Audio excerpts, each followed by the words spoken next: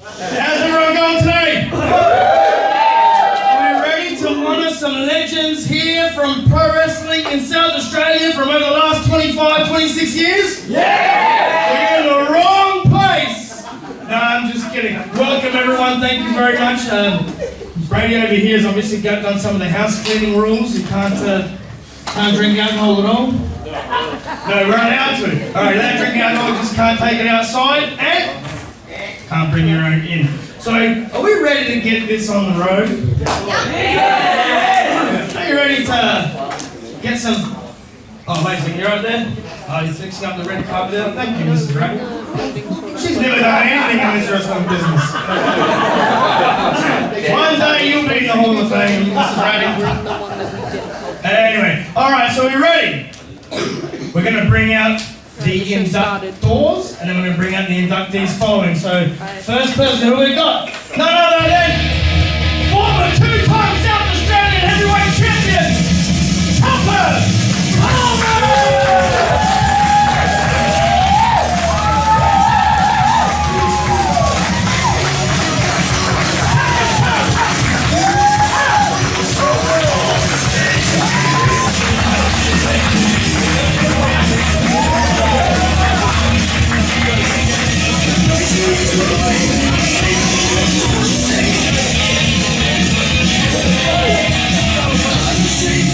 And I'll be inducting Chop tonight. So I don't have to come out again, unless you want me to come out again. No. Wow! No. You're the inductee. I sure am. Alright, we ready for Superstar number 2? Yeah! Alright, first the inductor! Let's bring him out! The Aboriginal assassin!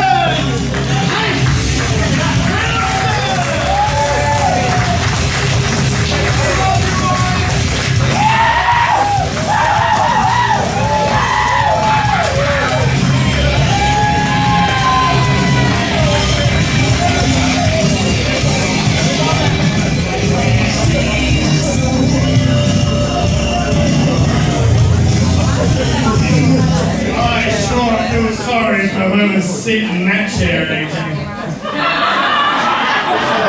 And he'll be inducting none other than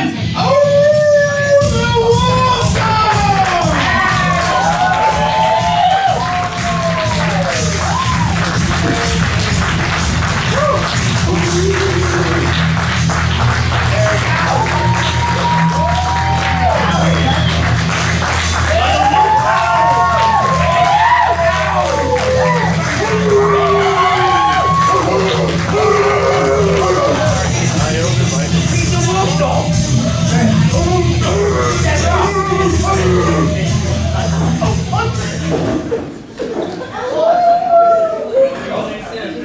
And on that, we cue the music.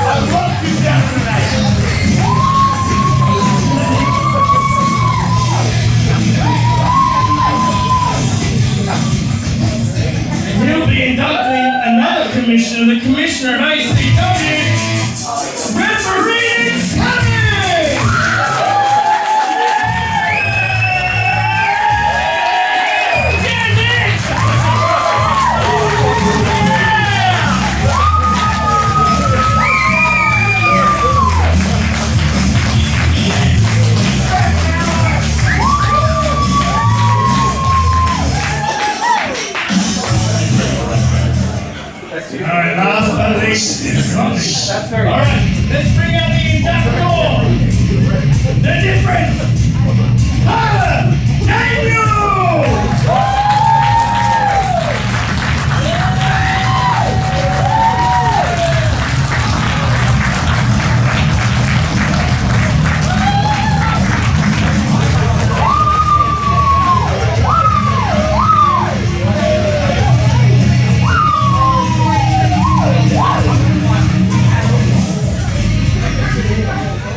And he'll be inducting none other than the voice of South Australia listening!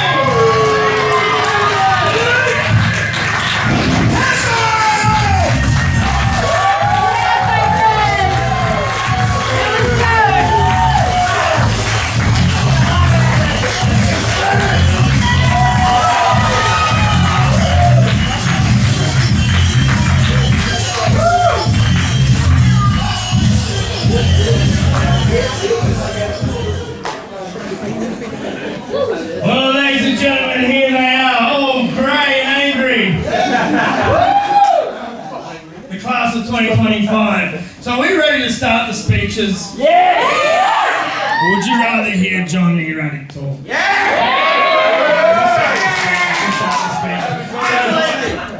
The first person getting inducted, well, we'll get the person doing the inducting to come up here first. So let's bring him up, none other than Ace Wilson. Come up here with us.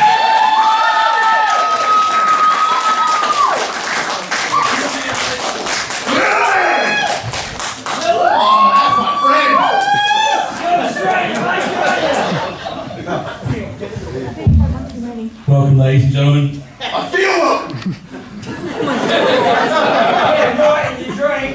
Tonight we honour a special class tonight. These guys are all legends. Like, let's be honest, these guys paved the way for all of us previously, and just want to thank you all from the bottom of my heart. Every one of you, appreciate them, and yes, so thank you very much.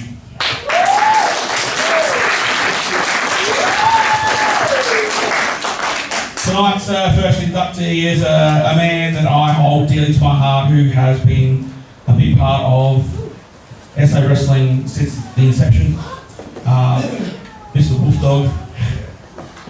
Let's get started on his story in professional wrestling and what he has done. Mr. Wolf Dogg had, I don't know why I call you Mr. Wolf, but courtesy, yeah, very good. Wolf Dogg's career started in the year of 2000 at the Monster Factory, run by Colman, who some of you may know was a professional wrestling legend back in the day, and he's just one of the best of all time in this state. After several months of training, he had his debut match in November of 2000 at the Port Adelaide Waterside Workers Hall. Initially, he had trained to become a wrestler, but as long as you may know, he actually ended up becoming a commentator, which is what he's most known for. So he kind of paved the way for the people like the Luke Hazards and your Paul Roberts and all the other commentators you hear through professional wrestling today. He was at PWSA for a while, then he went through Maximum Power Wrestling, through Joint Promotions Wrestling, and then he made a slight detour to Riot City Wrestling, where he was there for the inception of their company. He also started wrestling back at Snake Pit back in 2007, and that's where I first actually met him.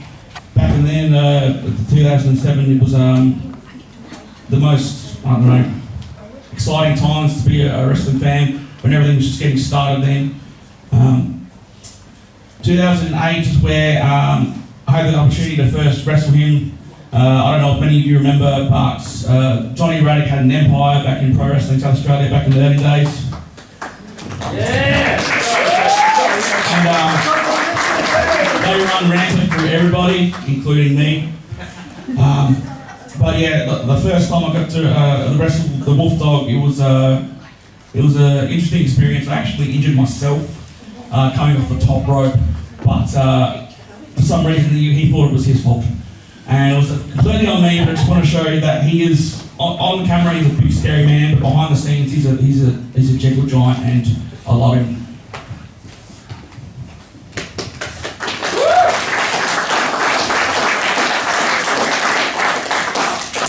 Eventually, he would win his first championship in wrestling, teaming up with a guy called Zach Sabbath. No comment. He beat Southern Pitbull and Kincaid to win the tag belts with Zach. He has worked with quite a few talent over the years. Some names here that you might remember: Cannibal Chris Taylor, Rocky Monero, The Maniac, Johnny Radic. I don't know if you heard that person.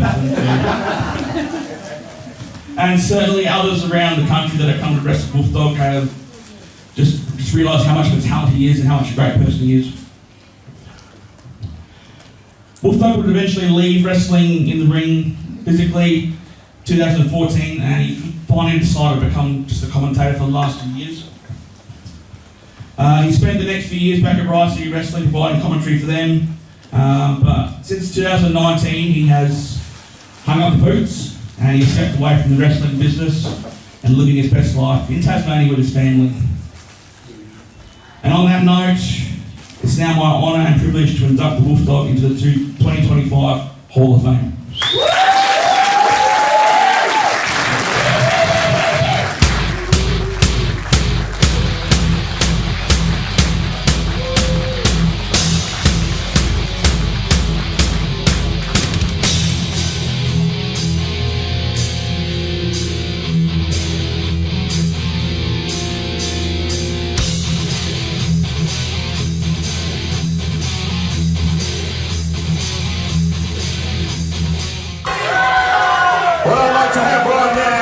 Is for all you feral, illiterate, Lakewood City troglodytes to shut the hell up.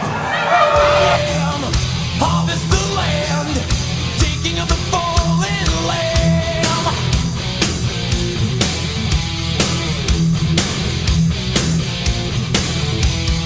Off to the new day's mist I run. Out from the new day's mist I have come. We shift, pulsing with the earth. Company we keep, roaming the land while you sleep. Shake, shake, nose to the wind. Shake, shake, feeling a band. Move, sway, all senses clean. No escape. Back to the meaning of life.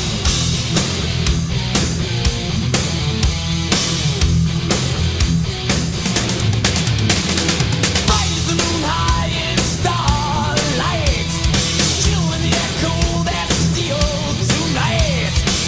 We share call of the wild, fear in your eyes. It's later than you realized. Shake, shake, nose to the wind.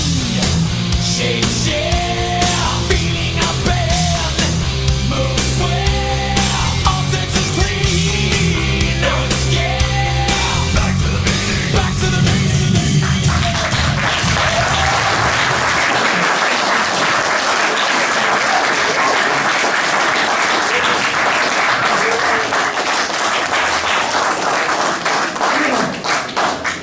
Well deserved, my friend.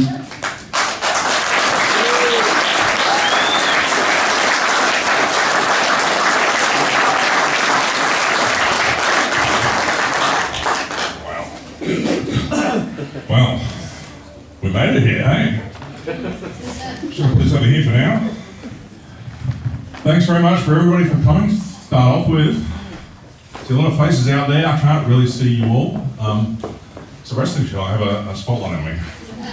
Now, through my whole career, I never really wrote a script for anything, and I've basically done the same here, but I've got a few points so I don't get lost.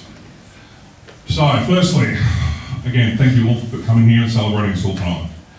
I'm incredibly grateful, incredibly thankful to be inducted into the 2025 South Australian Professional Wrestling Hall of Fame. I'm incredibly grateful to be inducted with these incredible legends that are joining me here tonight, especially my OG, Mr. Luke Hazard. The first guy I ever spoke to in wrestling was this man right here. So I'm very proud to be part of his induction here tonight as well. So it's a double special night for me. And I can tell you now, 25 years ago, This guy and myself would never have dreamed we'd be doing this here tonight. So it's been one hell of a journey, and very, very happy we got this far. If I had the perfect induction night here, which I will not be able to do, because if I had that perfect night, I'd have unlimited time. And for me, I want to say thank you to everybody that I've ever worked with in wrestling, from the start to the finish. My first show was May the 26th, 2000. My last one was February 1st, 2019. So that's a lot of great people for that whole time. And obviously, I don't have that time. I'll still be standing here in 2026. And my induction speech would end up being longer than the Johnny Radic ring introduction. So Johnny would kill me just for that.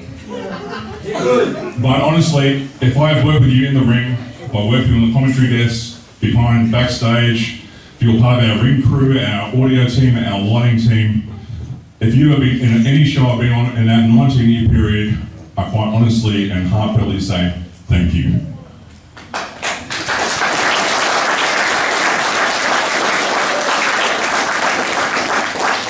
One of the things that wasn't mentioned by Ace is one of the main reasons I feel I'm up here is because I was lucky. I was lucky that I had an incredible group of individuals to work with over the years, and they said, let this silly old fart continue to live this dream a lot longer than he should have probably been ever able to do. Now, as much as I want to thank everybody, there is a couple of people's names I have to mention, and I'm sure once I mention them, you'll understand why. The first one, of course, is the man that started the Monster Factory. He trained all the inductees tonight. Three-time Australian middleweight champion and now Hall of Famer himself, the late Colman.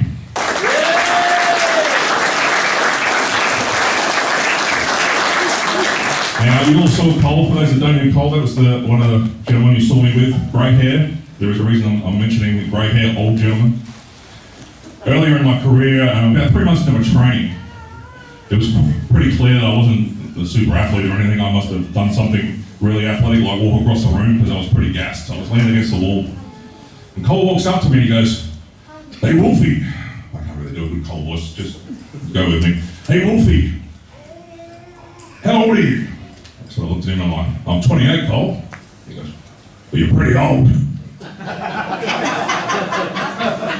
"Well, thanks, Cole." And you can see the look on my face, I was a little bit confused. He said, "Well, what I mean is you're kind of behind the 8 ball already."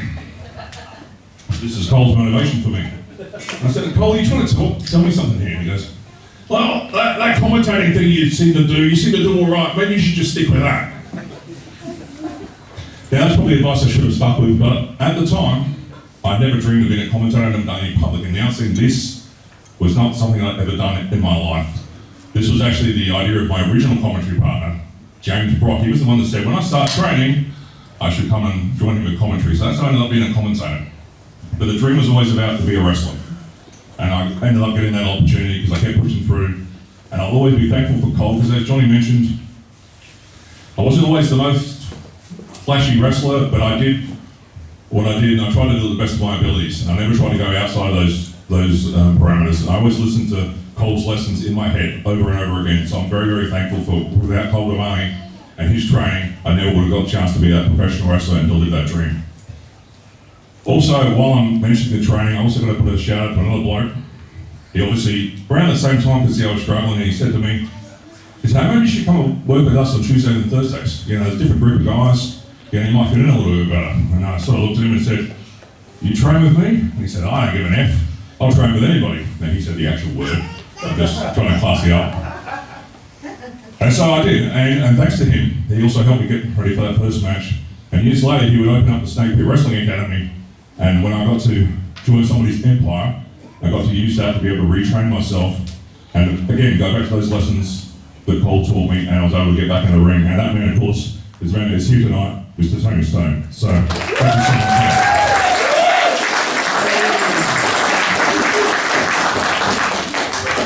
Next people I'd like to thank is my family. I've been very blessed. I've got an incredible wife, incredible children. I'm sure there's one here tonight at least. Unfortunately, we live in Tasmania, so a lot of them aren't here. But over the years, they've been very, very supportive of me. And the whole entire time I was in wrestling, my wife and I only had one conversation. She came out and got my attention. I won't mention how, but she did, and it worked.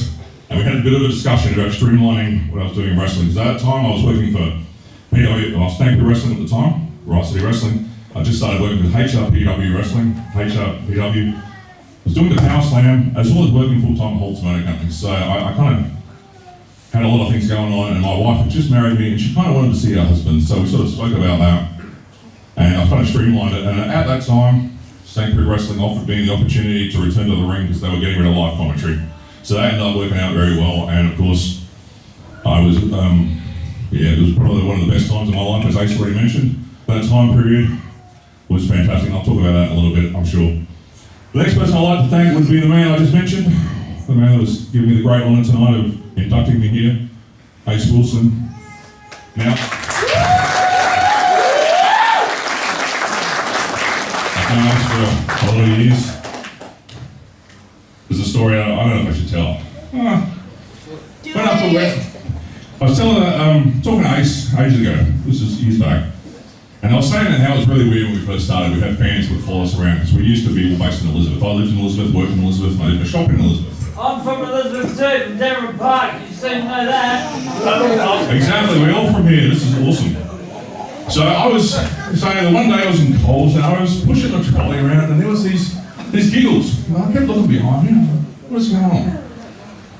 And eventually I realised I was some kids following me around. And as I was telling this story, Ace perks up with, "That was me!" And his mates following me around Coles, and that's how he first met me, was watching PWSA back in the day. When I first started saw PWSA, not long before that, was when I was watching Havoc and Jag. That's what brought me into this. So if you're not happy with me being here, he's one man in the room you can blame. That guy over here, it's his fault. Over the years, though, Ace Wilson and I, we wrestled in, and I'm very sorry, Ace, you did, but you wrestled in singles matches, tag matches, 6-man tag, handicap matches where you were the handicap and you still won, and threw me out of numerous battle royals. Why did I get you to induct me again? Remind me. Seriously, Ace Wilson was one of the best people I could ever work with. He gave me my favourite match. You mentioned it earlier. It's the one that I always go back to. If anybody ever talks to me about wrestling, they'll either do one or two things. If they know about it, they'll go, "Oh God, here he goes again." Or they'll ask about things and they'll go, "Oh, can I see you wrestle?" I'll always go back to the Wolf Dogg and Ace Wilson. It'll always be a special place in my heart. And as much as some of you fans may not like the Ace Wilson character, I've got nothing but love and respect for the person behind that character. So thank you so much, Ace, for giving me the honour tonight.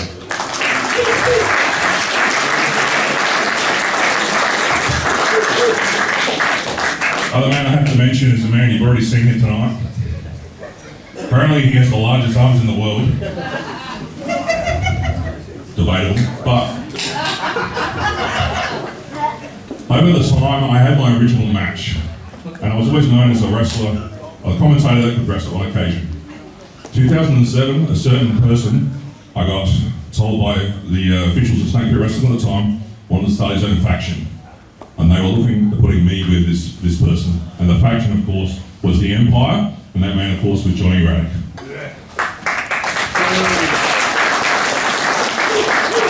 For me personally, outside of that very first match I had back in November 2000, that whole Empire period for the next 2 years was some of the greatest times of my life in wrestling. I got to actually see what it was like to be a wrestler. The commentating thing was put aside, nobody was thinking about that. I just became the big bad Wolf Dogg. And that was all because of one man, that's Johnny Radic. I always thought it was a huge compliment for me, because at that time I wasn't going to be really tested long term as an in-ring wrestler or a character, but Johnny Radic took that risk and put me with himself. But I think it ended up pretty darn well, if I may say. Not bad, not bad.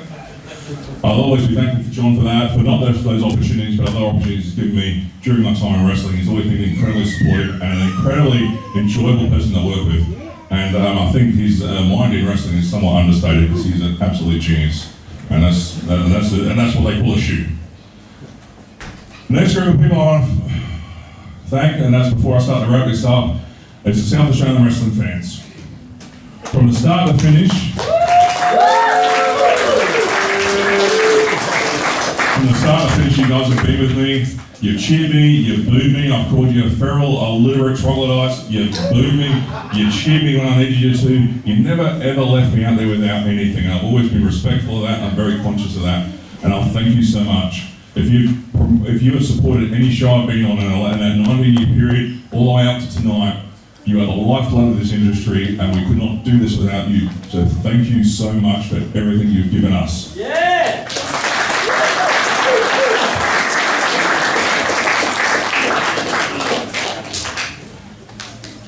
To my commentary partners, just like my wrestling partners, I'm very sorry you had to put up with me, but thank you for making me so much better than I ever thought I could be. And for everybody, once again, that I've worked with, thank you. Also sorry, but thank you. You let me do this for so much longer than I ever should have been allowed to do. This tonight for me is the final night for me. I'll never get to be the Wolf Dogg again, but for the rest of my life, I'll never forget the time when the Wolf Dogg was me. Thank you so much, guys.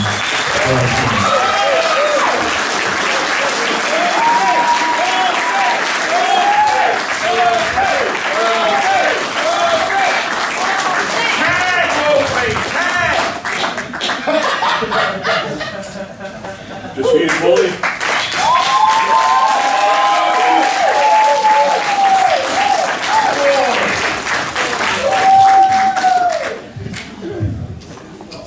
You're not really from Davern Park, are you? I am definitely from Darren Park. Yeah, boy, you can tell.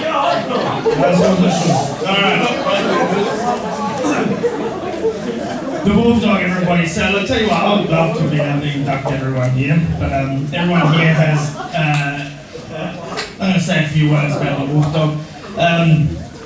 Yeah, very understated on what he's done for professional wrestling. When we lost the only promoter we had, and just like the movie Stripes, when they lost Uncle Holker, Sergeant Holker. We lost Sergeant Holker. We were left doing absolutely nothing. We were just sitting there, a bunch of wrestlers of Colman, trying to figure out how we would then, run wrestling for you fans and whatnot. And some people have stepped up to the plate to help us out. It was Wolf Dogg at the time. And then later in life, in 2007, like you said, doing the Snake Pit Channel 44, Digital 31, what is it? No, Digital 44, Channel 31 wrestling show Power Slam. He took it off of Tony Stone, and then later, after Wolf Dogg, Kincaid, and then finally Paul Roberts, and then we stopped doing the TV show. So, Wolf Dogg, thank you very much for being part of my empire. And when I was looking for someone, in my empire, and I was looking around, there was 8, 9 people I asked first, and they all said no. And then I finally, Wolf Dogg was there. I said, hey man, would you want to try this? So I threw it against Wolf Stuck, and then he became part of my empire, along with Zach Sabbath, and Cracker Jack, and Kincaid, and Katie Collision, and I think that's it for that at that time. Anyway, we now have to go on with the next person to induct, and the inductor is none other than me, Johnny Radigan. If you play the drinking game, you should be at around about 7 or 8 times that my name's been mentioned, so it's 12 times, isn't it? Oh man. I must have been taking a drink while my name was mentioned the other 3 times. Alright. It's my pleasure to induct tonight 2-time former South Australian heavyweight champion, Chopper Colman, and also a former Snake Pit Tag Team champion. Now, when I first started in professional wrestling back in 2001, down at Monster Factory, I started in April. I started with Kincaid and another wrestler that you all know and love, the Misfit.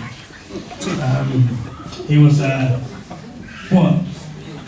Misfit gave, at the very first MPW match, the Misfit gave Havoc his best match. The Hammer Smash Face. And so we first started in 2001 with Cole Devani and his Monster Factory. A couple months later, a man named Chopper Colman started as well. And rough, gruff, red hair, and and I didn't like him straight away. Still don't, but I like him more now than I did then. And anyway, we hit it off, we became really good friends. And one of the things I believe, and whether other people believe it or not, there was an influx of wrestlers that come at a certain time between 2000 in 2001. That was myself, King K, Chopper Colman, referee Nick Savage was there, and we also had a PMAC and Cannibal Chris Taylor, and we brought in a new type of vibe, and I believe a very great character-based type style of wrestling. And we all know Johnny Raddick was in there as one of those, but one of the main ones was Chopper Colman. When he first come out there, he'd say, "Shut up, you shut up, you're right," straight away. You go, "Oh shit, well, fuck, this guy's crazy, man." And he portrayed that craziness. I apologise for anyone that I just swore there, I do apologise, but shit, he was really, really, really believable. He'd come out there, he was a butcher by trade of both wrestling and his punches came from here and were there, but they ended up feeling it right at the back of the head. I loved his punches. I didn't unfortunately get to work with him other than maybe once or twice, but he started, Cole Devani put him in there straight away. I think his first match was against Diablo, Man Mountain, in a handicap, no, first match was Tony Stoney. Yes, alright, so first match is Tony Stone. Approximately October 21st, 2001, around about 8:45 p.m, approximately. Anyway, so Chopper goes out there and Tony's stiff as shit, kind of like already hated us, right? But we respected him because if you didn't, he would hate you. So he went out there and gave him, I believe, a shot, I reckon one of these kicks into the face, and Chopper bled like a stuck pig. And he's bleeding and bleeding and bleeding. But the thing is, he got back up and he kept on going and he kept on going. Yeah.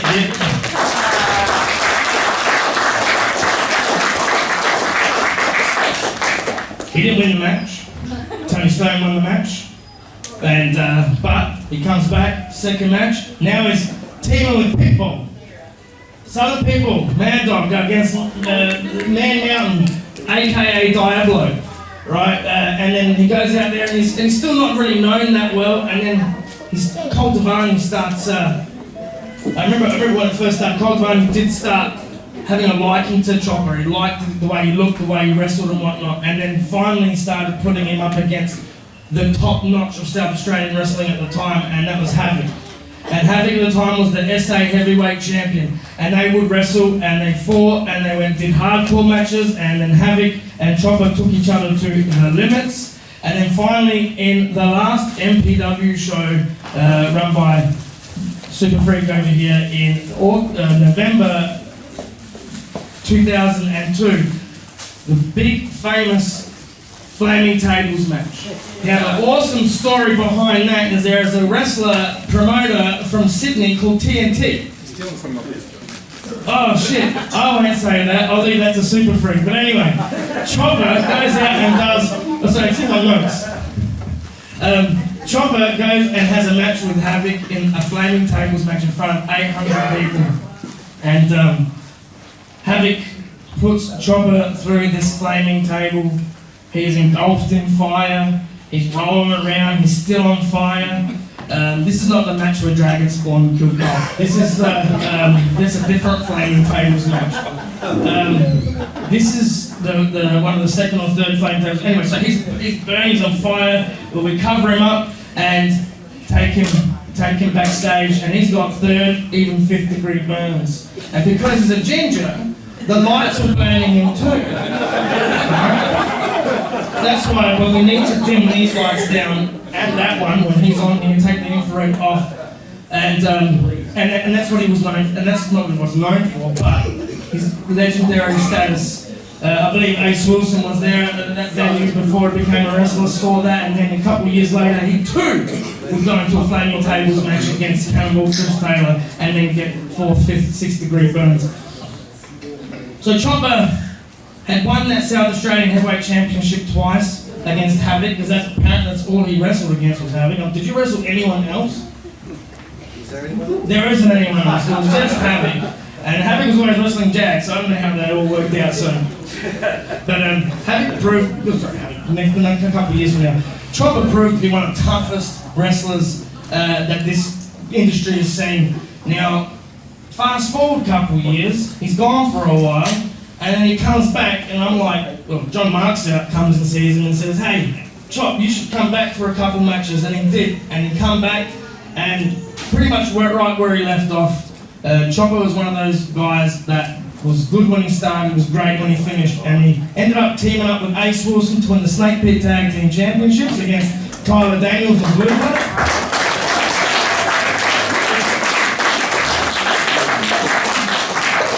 And then what seemed like an impossible thing, he took Jackal, do you remember the Jackal?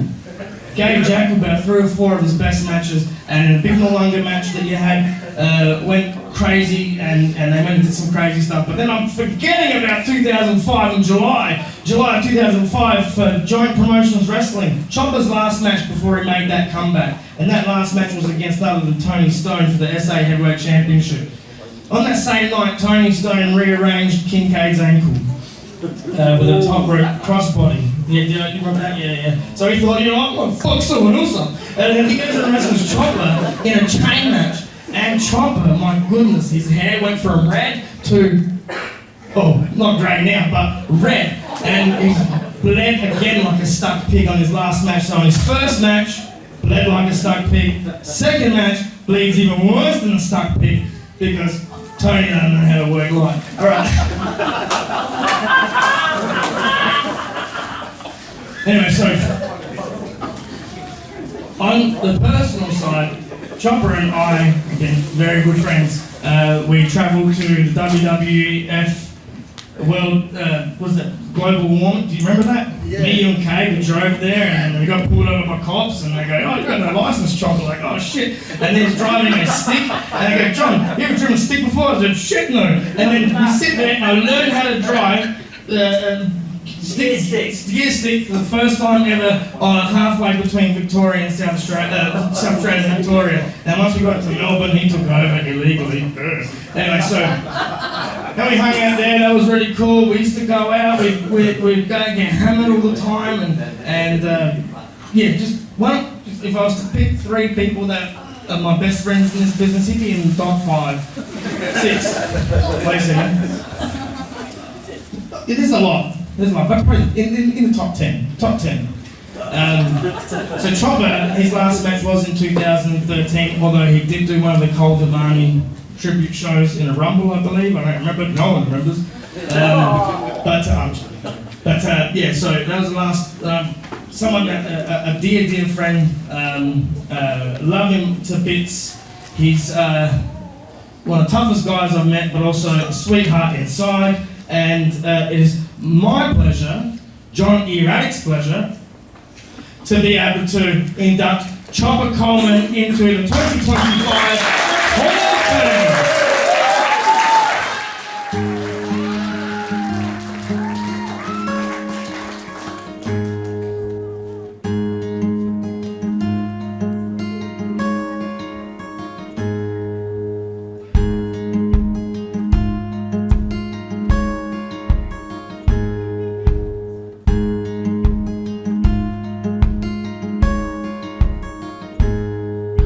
Restless tonight, 'cause I wasted the light. Between both these times, I drew a really thin line. It's nothing I planned, and nothing. The pursuit of being a professional wrestler really appealed to me. I really wanted to push my body to a limit that your body usually doesn't get pushed to.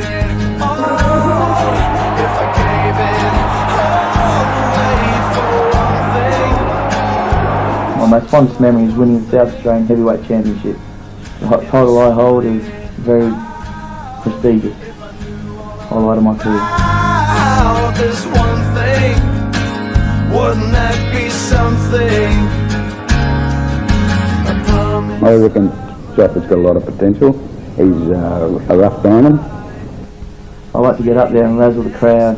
That's what I like to do. It's a fun thing I do. Well, my job is to wrestle, and I go out there to wrestle, but every chance I get to poke fun at the crowd, I do. Right, let's begin.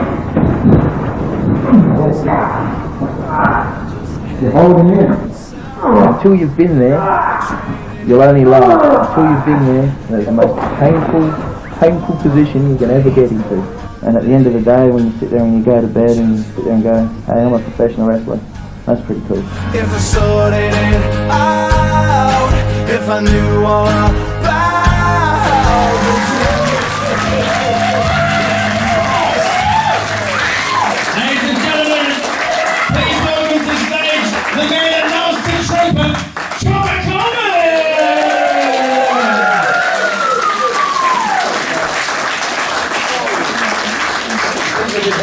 Man, a real fake gold.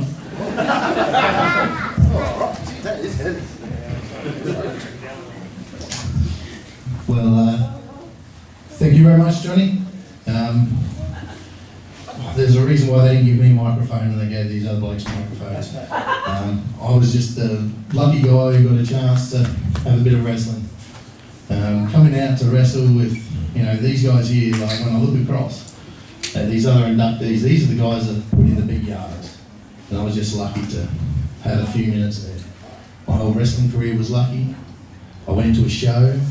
It was like Superstars of Wrestling or something, and when I come out, there was a flyer on the windscreen of my car. I said, oh yeah, let's go to the wrestling. Okay, so I went to the next wrestling show. And I saw that, and I thought, oh, that was actually a bit better than the Superstars of Wrestling. These Aussie guys are pretty good. So I left that show, and on the windscreen of my car was another flyer for a little show on South Terrace. Yeah, the some ball. Anyway, GCW, that's right. Yeah, and it was the first time I ever went to see these guys wrestle and do their thing. Unfortunately, it wasn't a big crowd, and there was about ring, about 3 rows at the back, 3 rows to the side, and 3 rows to this side. Not one person was sitting this side of the ring, so I sat there all by myself. On the other side of the ring, though, there's Johnny. Johnny, his brother, The Misfit. the Misfit. I wasn't going to forget the Misfit. Kincaid is what I was thinking of. I wasn't going to forget Misfit. And they're going off their heads on the other side of the ring, and I'm just sitting there by myself, minding my own business. Anyway, the show goes on. And I think, oh, this is a pretty good show. I'd love to do this one day. And then in the last match, it was Jag and... Was it you, Tony? Yeah, it was you, Tony. That's right. Jag and Tony were wrestling. And I'm sitting there by myself, minding my own business, and they do this big whip and land right in the middle of me. I'm by myself. There's not another person there. There's all these empty chairs to the left of me. Boom, crack, hit me straight down the middle. And I absolutely loved it. And I thought, this is it. I've got to get involved. And I was hooked from that moment on. I ended up going down to the gym, and sure enough, there's Johnny and Tony's then teaching me how to wrestle. And Johnny already brought up that I had my first match and got my first beating by Tony. It was great. It wasn't my last. Having such a career, it feels wrong just to mention 1 or 2 guys. Like I said, I wasn't given the microphone to start with when I was wrestling. These guys got the microphone because they could talk. And I think I'm going to give it back to them. I want to say thank you very much, because without the fans, without the people, there's nothing for us to do. So thank you for the cheers for the first time, and tonight will be the last time I get some. So thank you very much.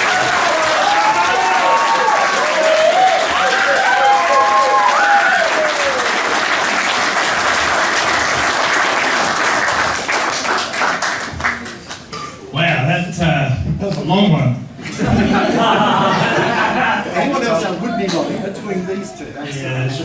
Yeah, I totally forgot about that. We were sitting as a GCW at some exhibition hall in the city, and we're sitting down, me, Kincaid and Misfit. We hadn't started at PWSA Monster Factory training yet. We're sitting there, and there's a guy sitting there with, I think you're wearing an overcoat and a hat. And we're like, he's part of the show, I'm sure he's part of the show. And then shit, something happens, boom, like, oh no, and then Misfit's like, oh yeah, I was in Japanese wrestling. Yeah, you weren't. But anyway, so we, you just brought back a memory, like a real bad one. There's something else bad happened that night. I can't remember. But anyway, yeah, so Chopper Colman, ladies and gentlemen, awesome guy. story about that insane night.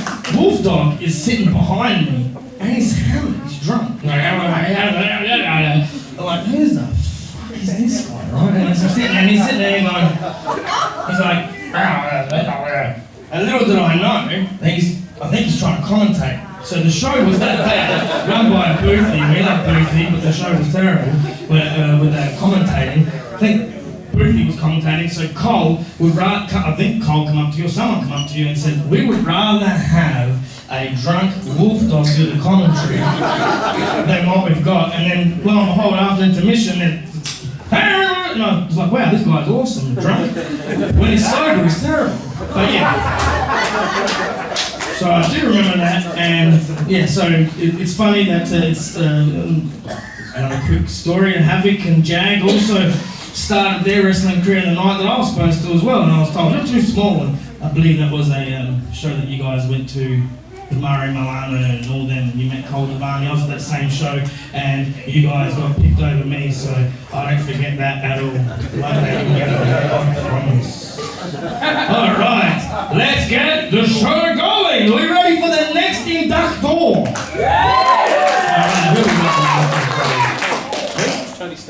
Oh, let's bring on none other than former South Australian Wrestling Champion and Tag Team Champion, Tony Stone!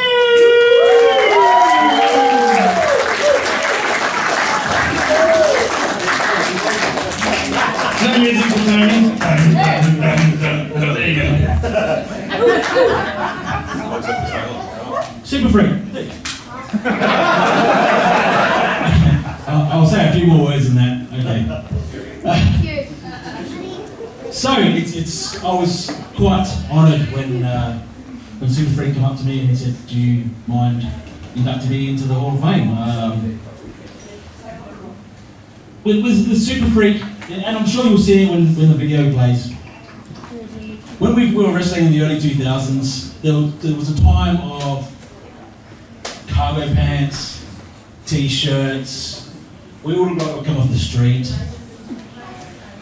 Look at this man come through, and he wants to be a wrestler, and he looks not much different than he does now, to be honest.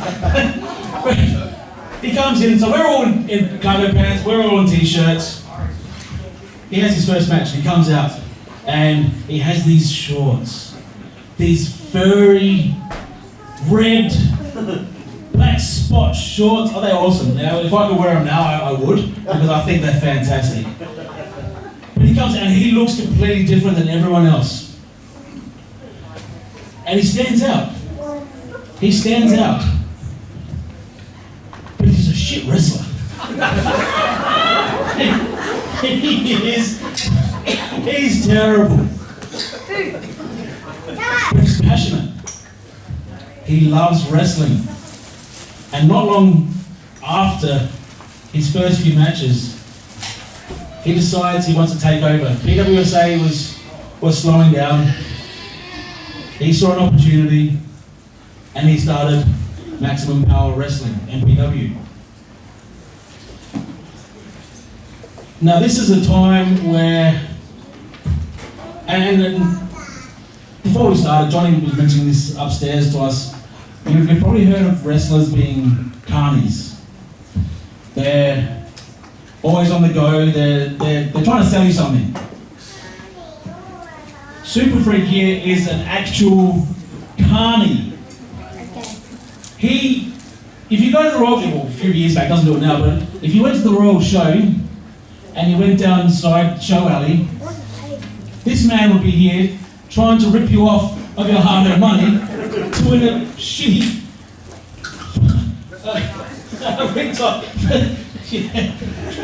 win some shitty little plush 50-cent thing. I asked him, he goes, yeah, cheap as shit. So he's a carny, he's an actual carny coming in and he wants to be a promoter. So everything changes. We go from PWSA, we become MPW, Maximum Power Wrestling. And I have to say that he doesn't get enough respect in wrestling in South Australia for what he accomplished and what he changed in wrestling. Because at the time there was one promotion, really one promotion. We trained in the Monster Factory with Cole. We wrestled under PWSA. Someone else comes along and shows us that someone else can do it, and do it quite well. Now we were doing shows in, we really changed everything, didn't we? We started doing shows at the old Octagon in Elizabeth, which is now the Patriot Civic Centre. Where I'm from. You said you were from Devon Park. You can't be from everywhere. I am from Devon Park, but that's hard. Okay, ladies and gentlemen.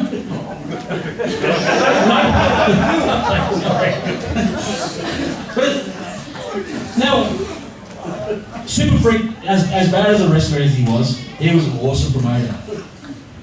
Awesome promoter. Now he's a carny, he knows how to rip people off. And we were getting what, 600, 700, 800 people at these shows.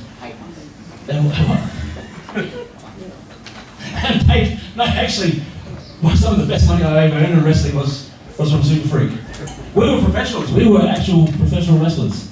And it's because of this man. Now, if you know about the PWSA Legacy Championship, currently held by Kai Thorne. Yeah. He's in the audience tonight. That was the original NPW title belt. That is something that this man brought to wrestling. So his legacy, that's why it is a legacy title, because of how long it's been around, because of the legacy that this man started. And he does not get anywhere near enough respect in wrestling, considering how much he has actually done for wrestling. Well, we'll tell you a story that makes me look bad. You're all good. You're all good. We've heard how professional I seem to be tonight, but I've injured so many different people. I've busted this man's nose and beat up everyone else. Hey, I saw the video of you always killing Havoc. Alright? Anyway, I hear from wrestling's always about stories about someone saying something to someone else, and I heard it come to me like someone said to someone and someone said to me, "Oh, Super Freaks thinks you've got an ego." Me, an ego? No. So, being a responsible adult that I was at the time, I got my phone and I sent Super Freak a text message. Go fuck yourself.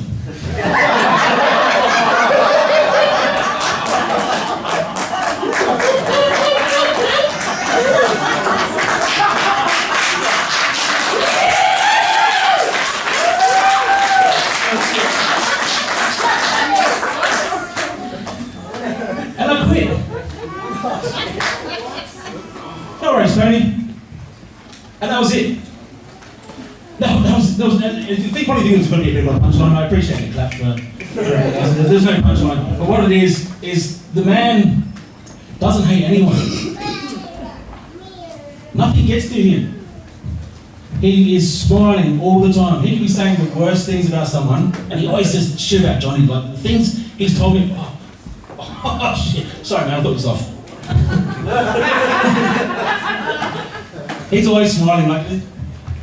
Super Freak Martin is probably one of the happiest people in wrestling. And he doesn't look like a happy person. He always looks like grumpy shit. He really does. But he's always smiling no matter what he says. He's always smiling, he's always happy. He's still here after so many years, after going through all these wrestlers that have come through and been absolute pricks and difficult to work with and just me. He's still here, he's still smiling. He deserves to be here tonight.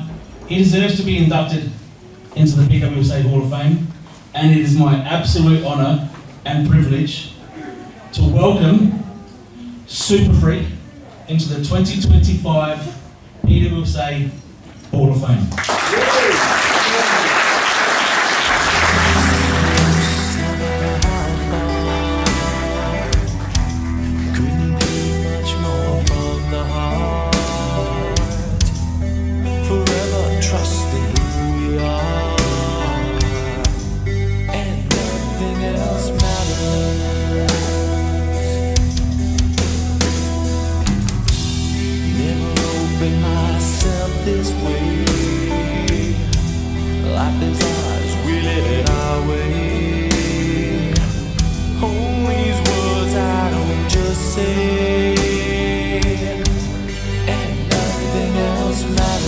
think there was a perception that gradually we're changing, but there was a general perception that if it's local wrestling, it must be crap. And I think local wrestling is really good. I think the shows we put on a top notch and our performers are very good.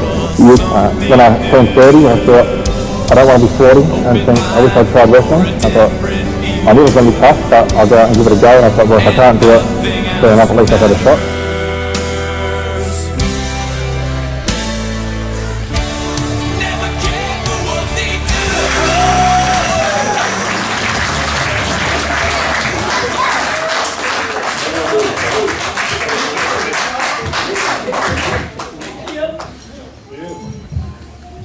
Thank you, Tony. Firstly, thanks everyone for coming. Thanks for PWSA for this honour. I have prepared some notes. Bear with me.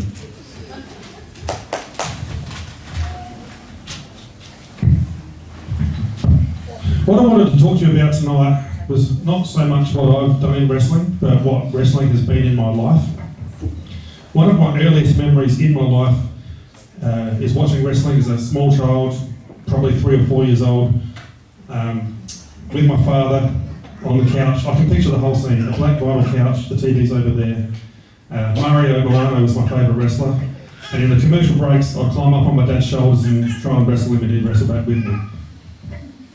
As I say, probably around 3 or 4, so it's probably not just my earliest memory in wrestling, or about wrestling, but probably just one of my earliest memories of all. My dad passed 23 years ago, so that memory and memories like that are incredibly special to me. And that's probably where my wrestling journey began. Through the 80s, I don't know how I was watching wrestling, because it was before pay TV, so I guess it was Wide World of Sports or however it aired, but definitely I was into guys like Randy Savage and Orndorff, George Animal Steel. For some reason, I always liked those out there characters. And then mid-90s, we got Foxtel, and that was fantastic. Because with Foxtel, we got WCW and WWF. I was a big fan at the time of WCW, probably more so over WWF, because Vince's Federation at that time was still, the characters were, more cartoonish. It was probably aimed at a younger audience, whereas the WCW at the time had a more adult presentation. Definitely into the cruiserweight, Eddie Guerrero, Steve Malenko, Jericho, Chris Benoit, that sort of thing. Got right on the Goldberg train, had a whole bunch of Goldberg t-shirts, I can remember that. DDP, Raven, Staten, these guys, I was definitely favourites. And then came the Attitude Era where WWF switched. And I was a huge DX fan. And I thought China was a man. Yes, she was. Later she proved she wasn't, but that's another thing. But I was such a huge DX fan, and back in my early 20s I was in bands, or in my teenage years I was in bands, I was a guitarist, tried to make it, never made it, so. But I knew a bit about music, and I had an old Nokia phone where you could program your own ringtone. So I sat there and I transcribed the DX entrance music into beeps in my Nokia ringtone, so it would go like you get this beep, beep, beep, beep, beep. I thought it was awesome. No one else ever got it, but it was fantastic. And then came Kane, the Undertaker's brother, who'd been burned as a child and abandoned, everyone thought was dead. And I just loved that character. And Kane was having a match with The Undertaker where he said that if he did not win the match, he'd set himself on fire. So, I changed my voicemail. It said, "You've reached Martin's phone." Now, I did do it in the voice, because at the time Kane had the voice modulator, so if you talk like this. So my voicemail on my phone said, "You have reached Martin's phone. If you did not leave a message, I will set myself on fire." Seems normal, right? The other thing is, my parents were self-employed. I've been self-employed since I was 15 years old, so I'm in my mid-20s then. And I remember having a business meeting with a guy, and everything went well, and afterwards we shook hands, and then he said to me, "But one thing I've got to ask you, what's up with your voice message?" And that's when I thought, maybe I should change that. That probably doesn't seem too professional. But anyway.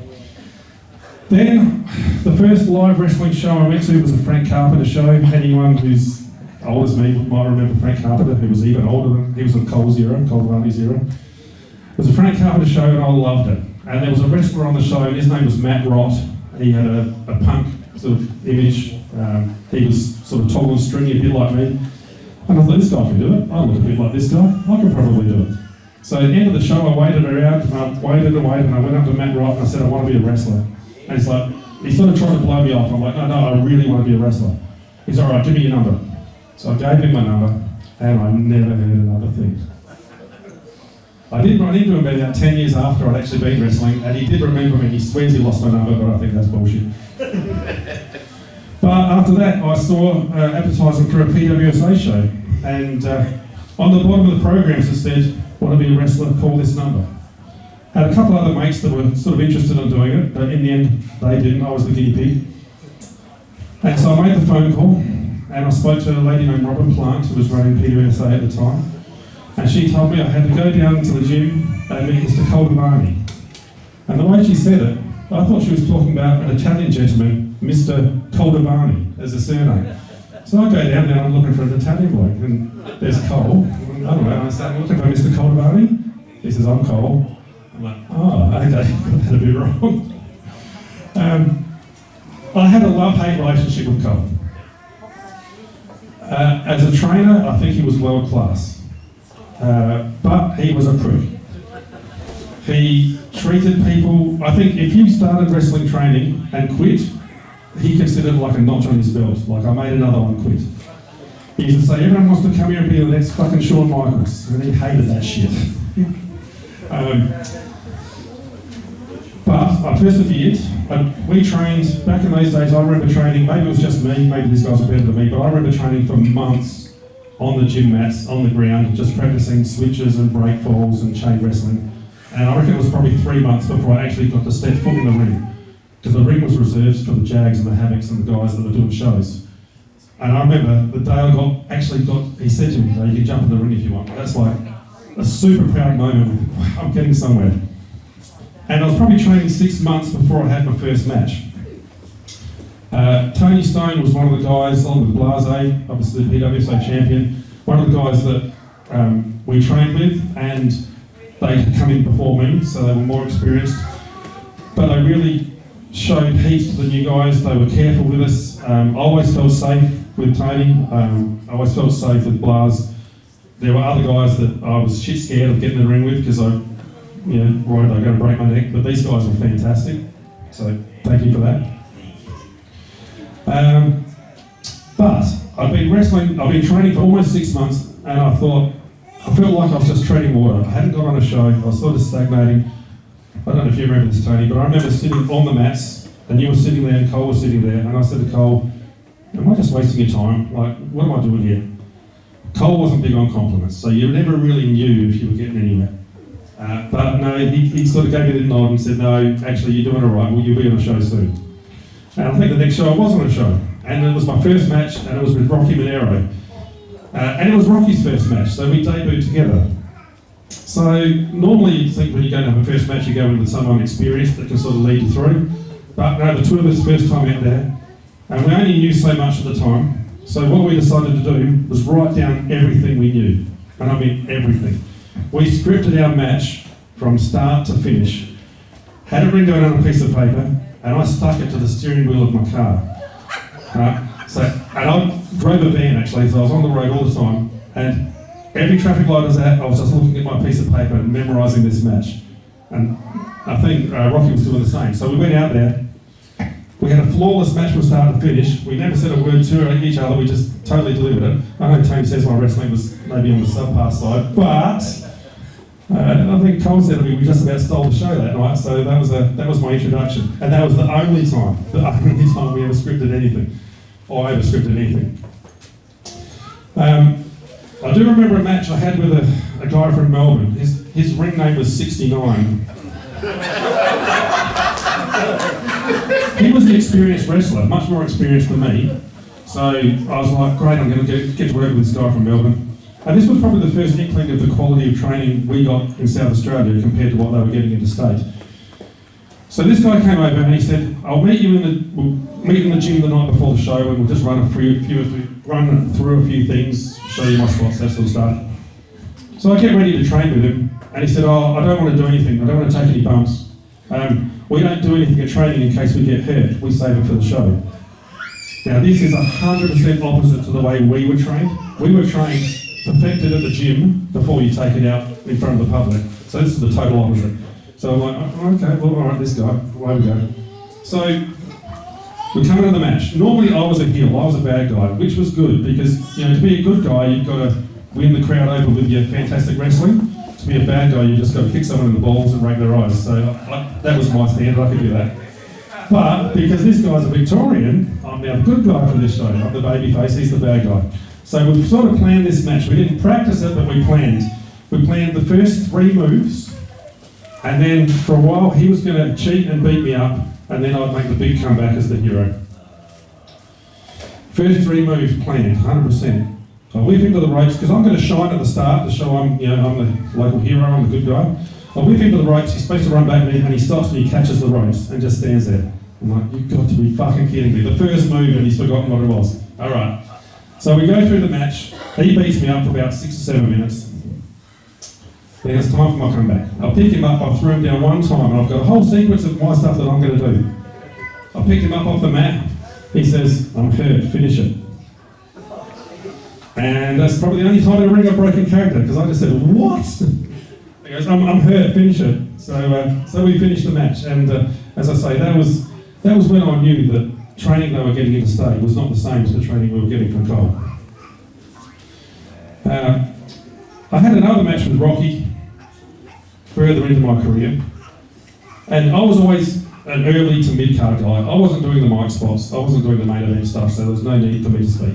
But this particular match, I was going to get the opportunity to complain about being held back and won my main event spot, that sort of thing.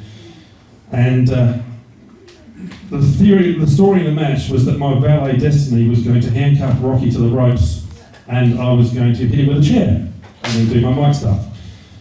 First part went to plan. He gets handcuffed, he's stuck there. I went over to Wolf Dogg, and I said, "Give me a chair," tipped him off the announce chair, which is a steel chair.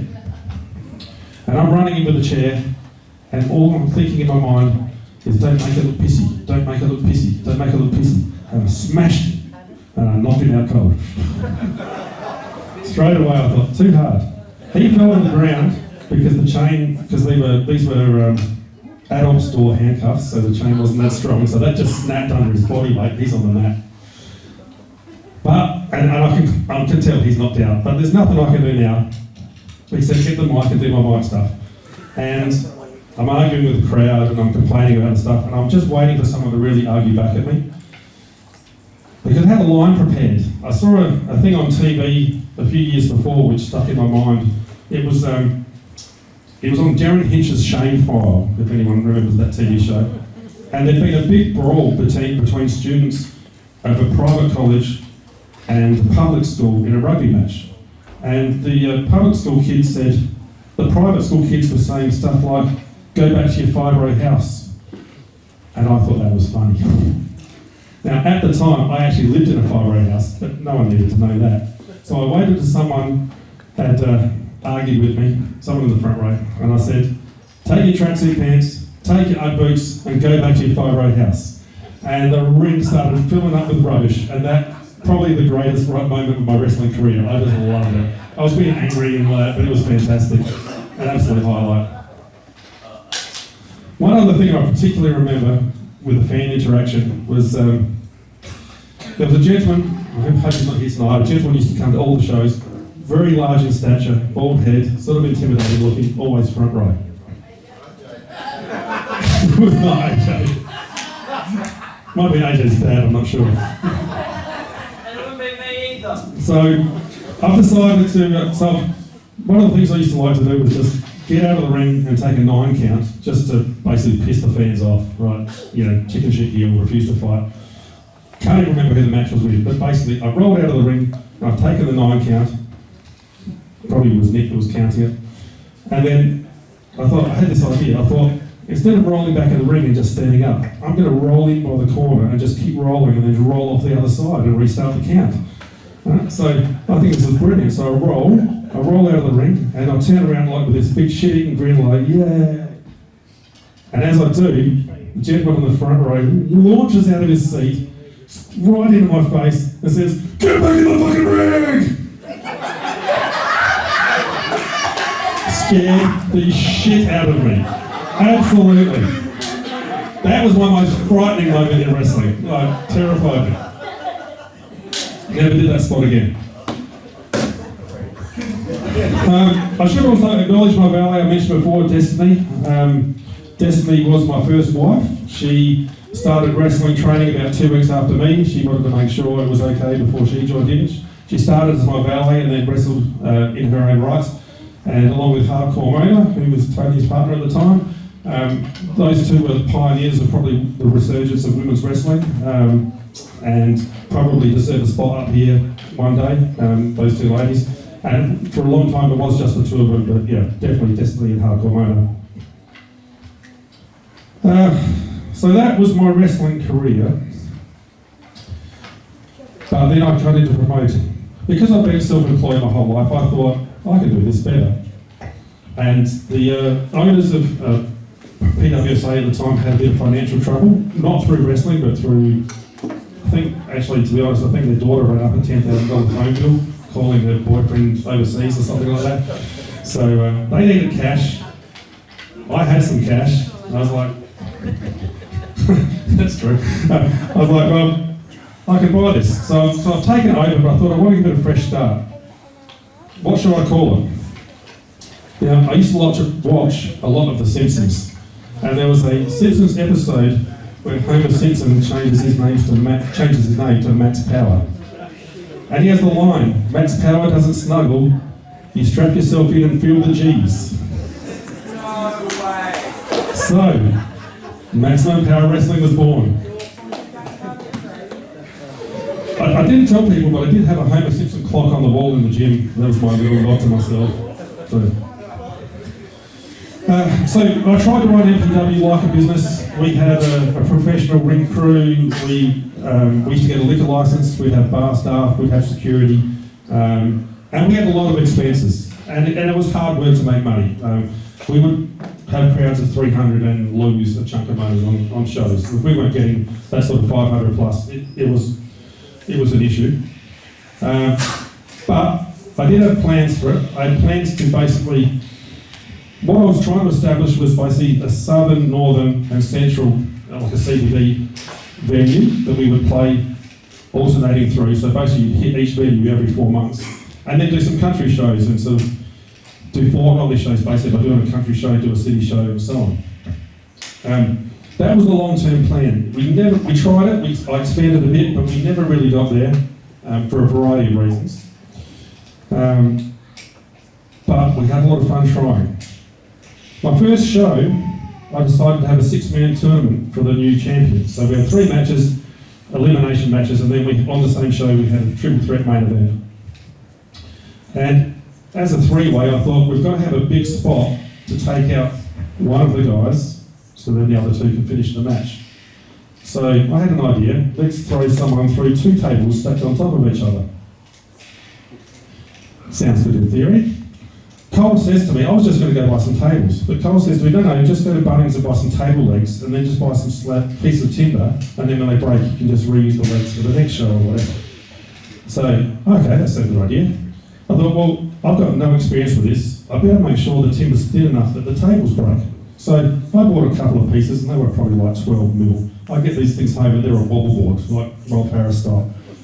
But that's what I've got, so I made the tables. And in the match they set those tables up. And Jag was the one that got thrown through the tables down to the concrete floor. And those things, they didn't break, they exploded. Like they didn't slow him down at all, he just, and yeah. Next time we use bigger tables. Yeah, a piece of the death. There was the one other Flaming Tables match, or table match, which was the Flaming Tables match, which you saw the vision of before. The reason that came about, and I cut Johnny off when he was going to tell you, there was a wrestler named TNT, Greg Bounds is his real name. He was bringing Bam Bam Bigelow to Australia, and he was a Melbourne-based promoter and wrestler, but he wanted to do, because he got Bigelow over here, some extra shows, so he had booked a show in South Australia at the Octagon. And we considered the Octagon our home. That was where we did 90% of our shows. And I didn't like this other promoter coming into our territory. Spoke to Cole about it, what are we going to do? We need a big match. So just before, like the week or so before when his show was supposed to be on, we decided to have a Flaming Tables match. But we worked a program with Havoc and Chopper, so they fought 3 times, I believe, leading up to that Flaming Tables. So the Flaming Tables was the blow-off. And they were the 3 biggest shows that we ever got in terms of attendance. So absolutely, you can thank you guys for that.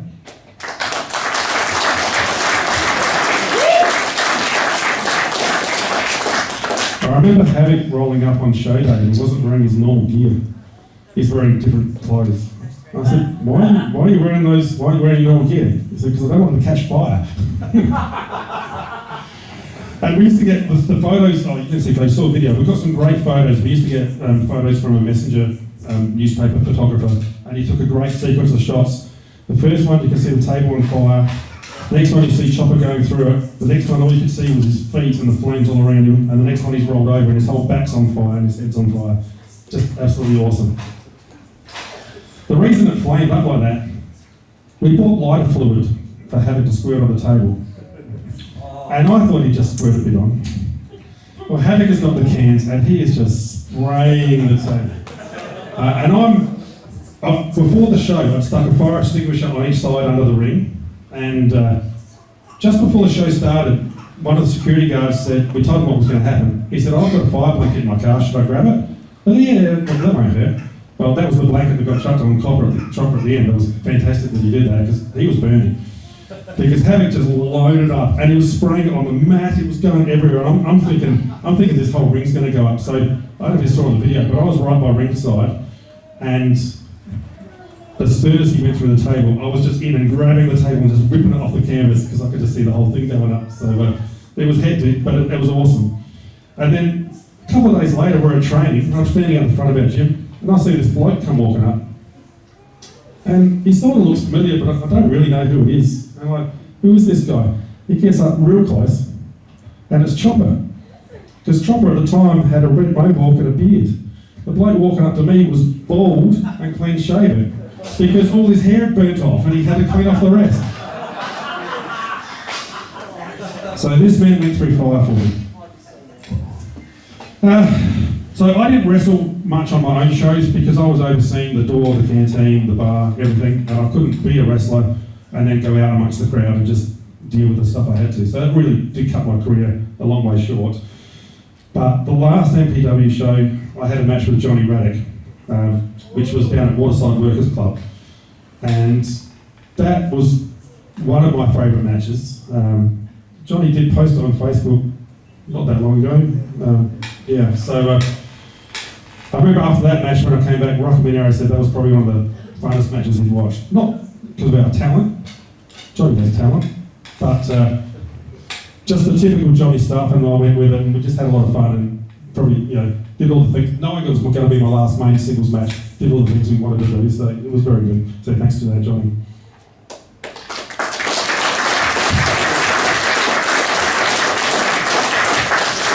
So why did I get out of wrestling?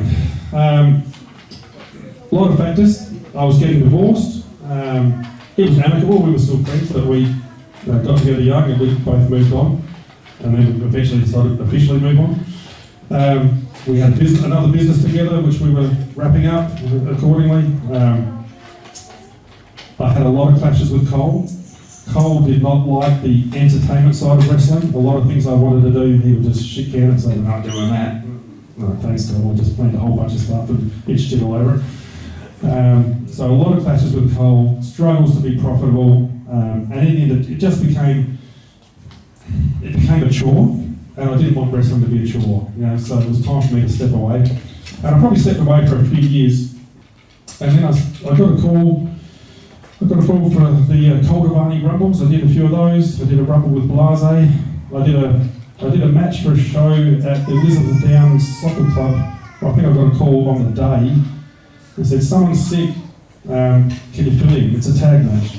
You won't have to take any..." I said, "Johnny," it was Johnny. It was Johnny that called me, I remember, because I said, "Johnny, I haven't trained for years and I haven't taken bumps. You won't have to take any bumps, you'll be fine." And then when I get there, I find that The other guys in the match, it was Sabbath, it was Ace Wilson and Southern Pitbull. And there was a feud going on between those guys, and they couldn't do a finish because they didn't want to upset their feud, so I was the one that basically had to take everything. Great. And in the middle of that match, Zach Sabbath, who was an opponent, he hit me in the stomach, dropped me to a knee, and he said, "Shining Wizard." And I do not know what a Shining Wizard is.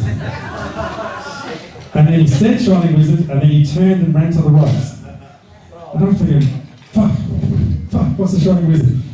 Hits the ropes, and he's flying back at me, and I've got no idea what's coming, you know. Shining Wizard is a sort of a flying kick to the head. Well, it would have looked great, because I did not move at all. It was an easy one to sell. But I did really enjoy coming back to wrestling, because I do love wrestling. I have always loved wrestling, and just getting my toe in on those few matches was fantastic for me. My favourite opponents, definitely Rocky, Blase, Tony and Johnny. Blase can't be here tonight, unfortunately he's in the state, but yeah, definitely the favourite guys to work with through my career. In terms of my wrestling ability, I feel like I was probably good enough to go with someone who was better than me. I could keep up my end of the match and keep up with them. But if I got put with someone who was a starting off wrestler, I wasn't good enough to elevate them. I was basically good enough to go with, but not good enough to carry a match on my own. So it's, you know, a typical mid-card, early curtain guy. So, as a promoter, look, I had big plans, and if things had been different and I persevered with it, potentially we might have taken MPW further, but it's just the way it is. So then I've officially retired. And about 6 years ago, I had a really bad back injury. So not wrestling related, just a life of physical labour and so on. So bad that basically I was wheelchair bound. I could walk like to my letterbox, but anything further than that, I was in a wheelchair until I had surgery. I had a disc that was actually separated and was pressing against my spinal cord, paralysed me down my right hand side. So my wrestling days are well and truly done. And I thought my involvement in wrestling was well and truly done. I'm certainly not taking bumps and getting back into a match again. But the wrestling at Greenwith is close to my house. I was coming over all the time, just to catch up with mates and just to watch the matches. I really enjoyed that. And then I got asked, well, you're here all the time, do you want to be in the show? We need a commissioner. And I'm very, very grateful to PWSA management for bringing me in that role. It gives me a chance to get back into doing something that I really love, just to see the fans, just to see the wrestlers. It's absolutely awesome. So thank you to everyone involved with that.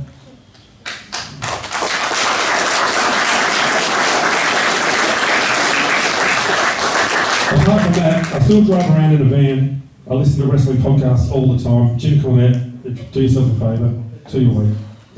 Awesome. 2 other thank yous I've got. I want to thank my friend Donald, he's sitting over here. He's from Albany, New York. We met on a cruise at the start of the year, and guess what? We connected over wrestling. He's a wrestling fan. We got talking. He made plans to come to Adelaide, and he made plans to come so he could see the show last week and be here tonight. So thank you for that.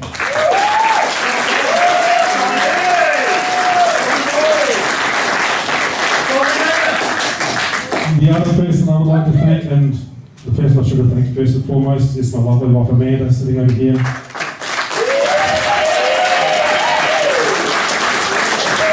She is not a wrestling fan. But she puts up with me telling her things I've heard on the podcast, showing her clips from something from WWE, telling her about what we're going to do on the shows, talking about wrestling all the time basically, and also allowing me to, you know, we can't go out this Saturday night because I've got a wrestling show I've got to go to, so, and she never complains, she never rolls her eyes, she knows wrestling's something I love, and she just allows me to be involved, even though it's not her thing, and that's fine.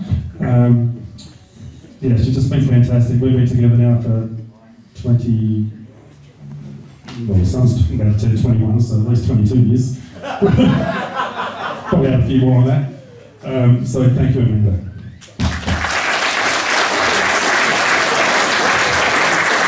That's all from me. I know I probably went way over time, but sorry. And of course, thank you to everyone for coming, and thank you for coming to the shows and keeping wrestling alive. Thank you.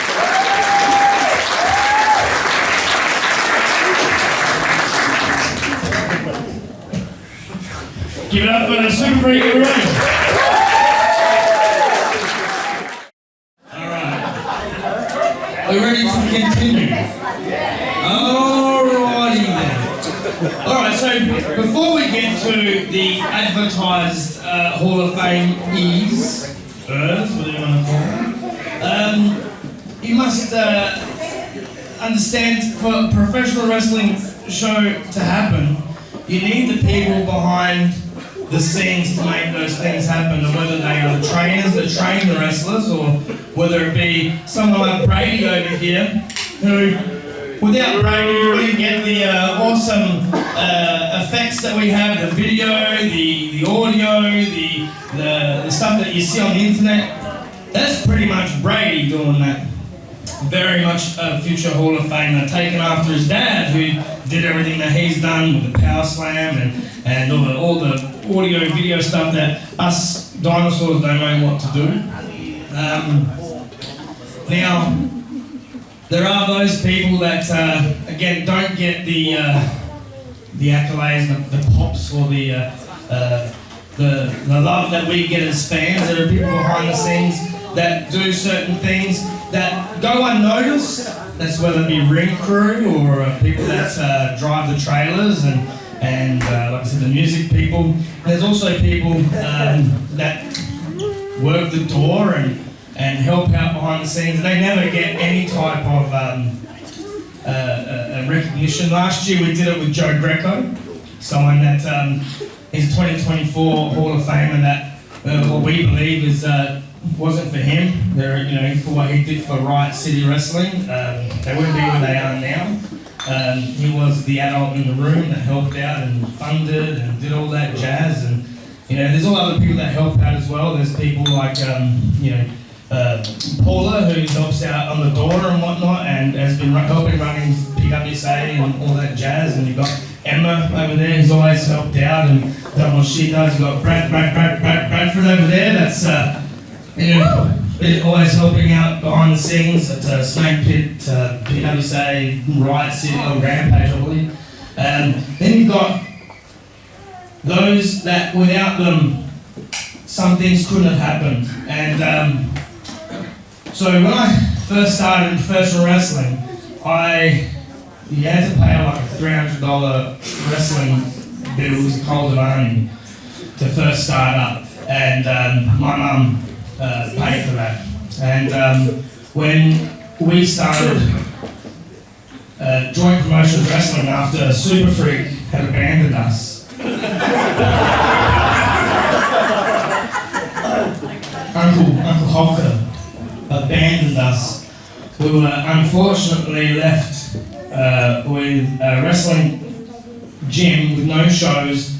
And what we did was we had a committee of wrestlers that ended up just trying to figure out what we're doing. But behind that was someone that funded all that and helped out behind the scenes financially, using that person's credit card and using that person's money. And then when it came to Snake Pit after Tony abandoned us,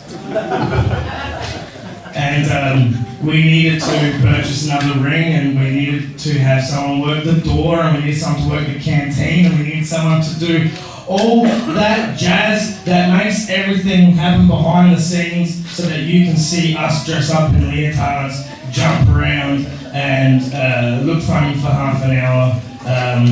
And this same person, when we first, the Snake Pit Arena down at Paraka cost a lot of bloody money to eventually get it.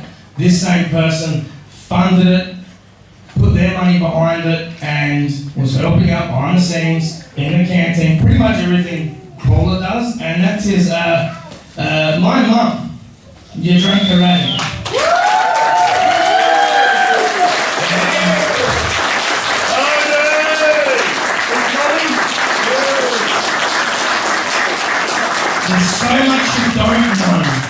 I'll never tell you, you'll never know what she's done in the past to help out this business, and very much so for, and like I said, without her, then the story that the Snake Pit / PWSA story is never told. We don't have it.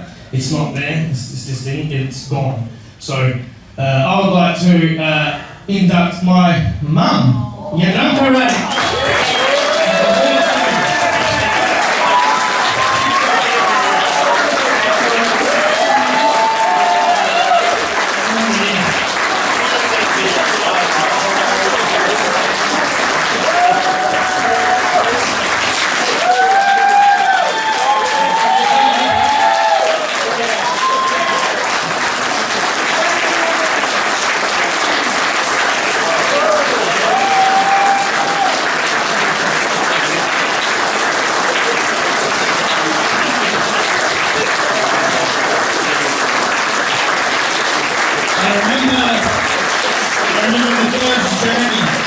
From my father's testicles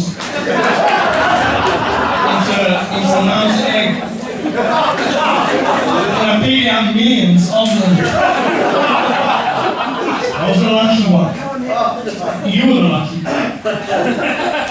And ever since then, growing inside her uterus, as I pushed the kids, wanting to get out of there. And finally, when I did get out, and the doctors wiped me down and gave me to her, so she looked at me and said, "You will one day be a wrestler." John E-Ray. And then, yeah, so again, from the other wrestling companies, without it, doesn't matter, but for the wrestling companies that I've been involved in, Pro Wrestling South Australia and Snake Pit, and Joint Promotions Wrestling, my mum, has done so much, so would like to thank you very much, your director. Your director with your name.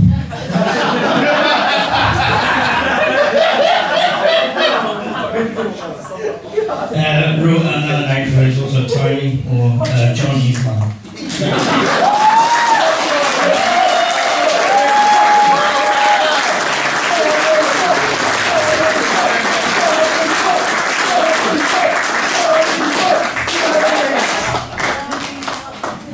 You can see where you get your hype from.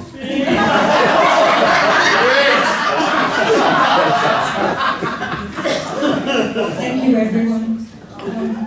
I wasn't expecting this, so I'm a bit shaky. Sorry. I'd just like to say to all these guys here.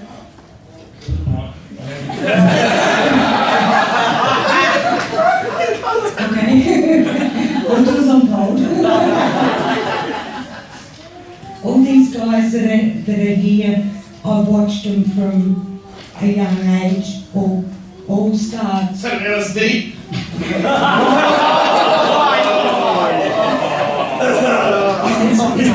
It's a lot like to be here.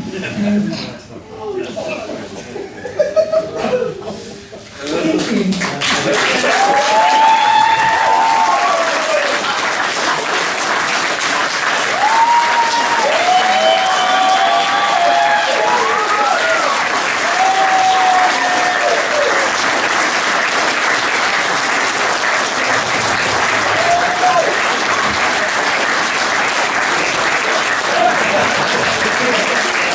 You definitely think you might score it. Don't go down because we know you want to go back up. So thank you very much. You can go to hold it.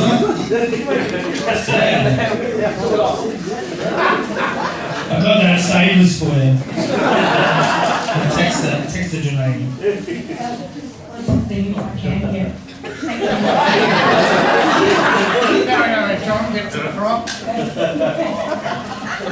I also want to say how proud I am of you. You did an awesome job, and it's something you wanted to do since basically since you were in my belly, that's for sure. Actually, This is a really funny story.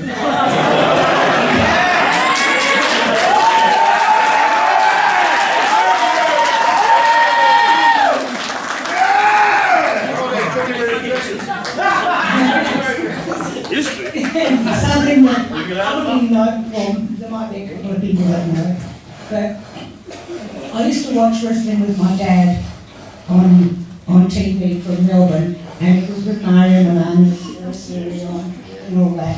And we would also go to the Fenton Town Hall to watch wrestling that came over from America, WWE it was called at that time.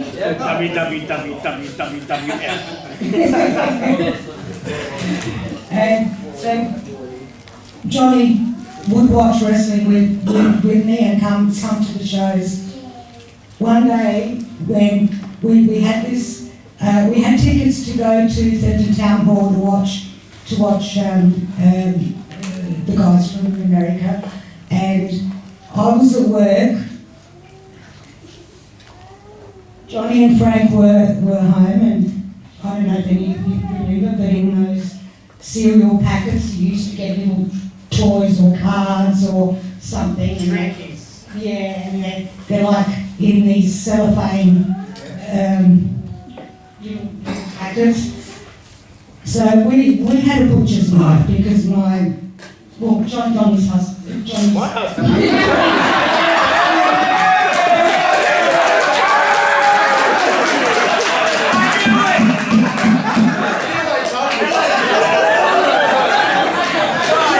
Johnny's dad was a small goods maker. Now Johnny didn't think to get scissors to open this cellophane thing in. He decided to use our butcher's knife, right? And he's holding it up and he goes, but instead of cutting the cellophane, he cuts his finger. Good one. So my friend calls me I'm at work, and my friend calls me and she says, Johnny's cut his finger, it's really quite bad, he needs stitches. And so I rushed home, and apparently there was blood everywhere, like, squirted up on the ceiling and everything. She cleaned it all up so that I wouldn't get upset and stuff. Took him to the doctor stitched it up, right? And I'm there, oh thank God we don't have to go to Fenton now. Where am I going? He's not going to want to go. Yeah, right.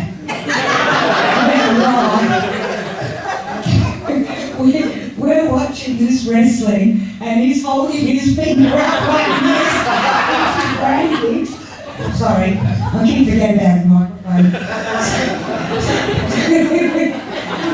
I'm not used to it, I'm like it, So he's got his finger bandaged up, right? And the doctor told him not to hold it down because of the blood, he's got to hold his hand up. So he's like this at the wrestling, screaming, with all the rest. Yeah, anyway, it was funny. To me, it was funny.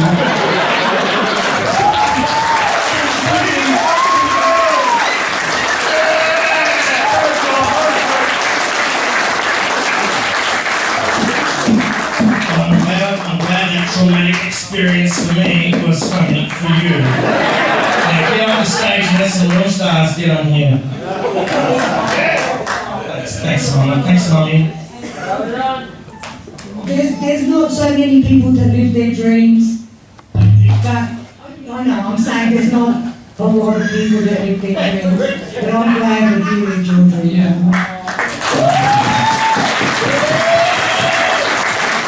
It's a big one. I said, okay, you'll show you. We'll put you in his pocket. Oh, wow. Didn't expect her to talk for that long. Thank you. What she said was true. She has dementia. She doesn't know what she's talking about. And she's going to forget everything that happened here in 5, 4, 3, 2, 1. Oh, my God, you've got this in my hand. Okay. Alzheimer's not fun. Okay. All right. We need to keep on going with the real stars. Yeah, right? Yeah, people? Yeah, let's do it. All right. Who we got next? Oh, we're going to bring Thor is none other than the master of mayhem. Jags make havoc.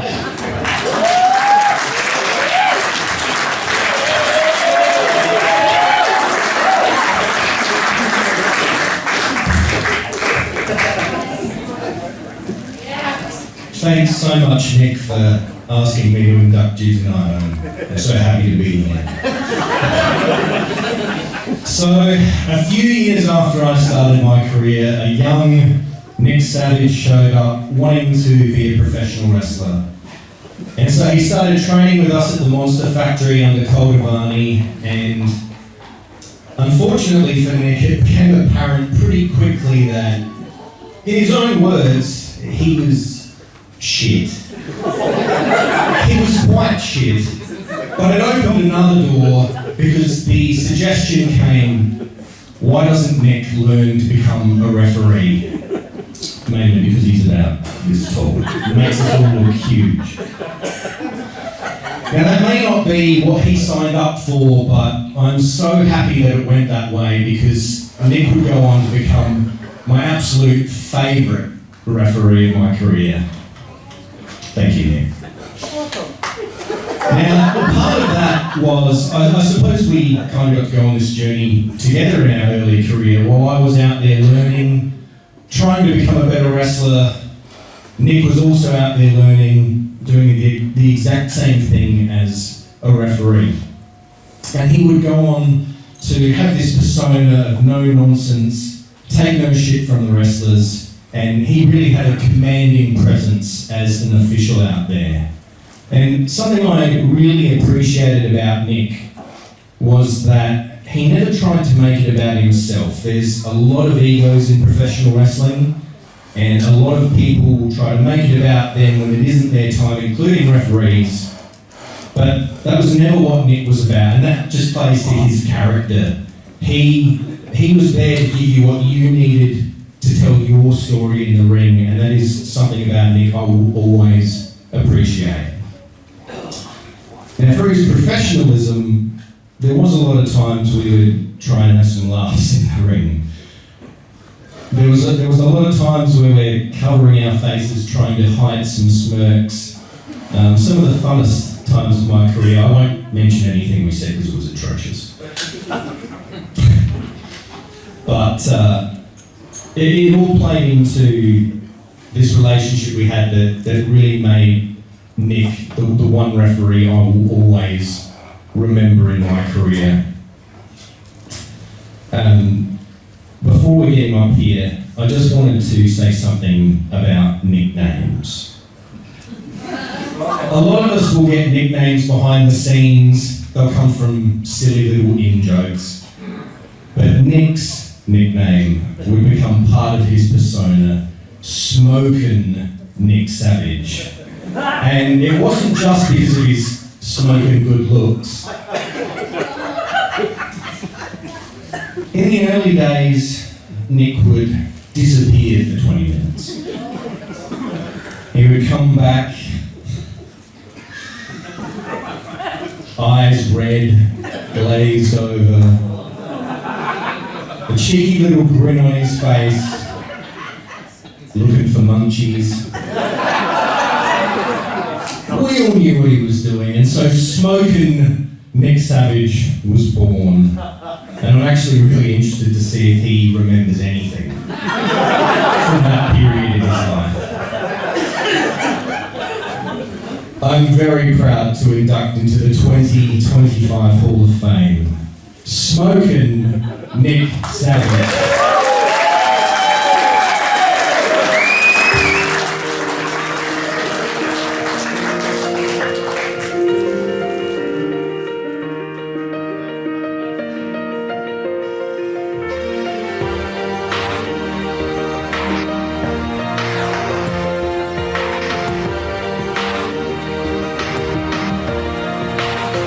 Yeah, you can be the greatest, you can be the best, you can be the King Kong banging on your chest. You can beat the world, you can beat the war, you can talk to God, go banging on his door. You can throw your hands up, you can beat the clock, you can move a mountain, you can break rocks. You could be a master, don't wait for luck. Dedicate yourself and you gon' find yourself standing in the Hall of Fame. Yeah. And the world's gonna know your name. Yeah. Cause you burn with the brightest flame. Yeah. And the world's gonna know your name. Yeah. And you'll be on the walls of the Hall of Fame. You can go the distance, you can run the mile. You can walk straight through hell with a smile. You could be the hero, you could get the gold. Breaking all the records they thought never could be broke. Yeah, do it for your people, do it for your pride. Are you ever gonna know if you never even try? Do it for your country, do it for your name. Cause there's gonna be a day when you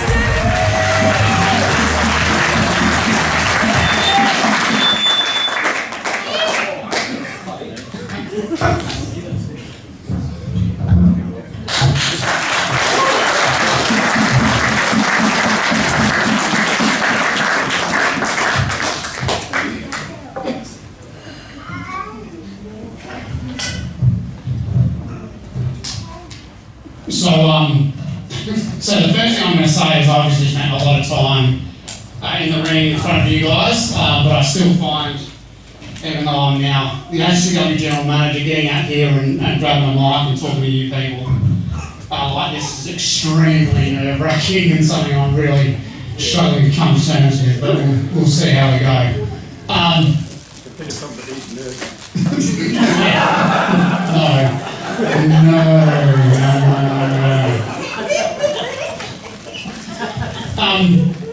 So there's a lot of people that I want to thank, and I guess that when I started 25 years ago, whatever it was, I never expected to be involved in professional wrestling for this long, but we'll go through the thank yous, and I'm sure I'm going to miss a lot of people, and for that I apologise.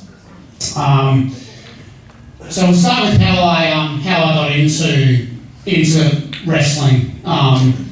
Obviously as a young kid, like a lot of these guys, I watched wrestling on TV, Wide World of Sports, and I saw Hulk Hogan, and I can't remember exactly, probably Andre the Giant, something like that, fighting on TV, and I thought it was the most amazing thing that I'd ever seen. And I said to my dad, I said, "Dad, they're really hitting each other." And my dad looked at me like I was the biggest idiot in the world, and he's like, if they're hitting each other that hard, they would be walking out of the ring. But I still thought it was the most amazing thing, and for a long time it was very hard to get hold of or watch any wrestling in Australia, and eventually pay TV came along, and we used to go to a mate's house on a Tuesday or a Wednesday evening religiously to watch Monday Night Raw, and after Monday Night Raw finished, there was a round of very crap wrestling in the pool room, and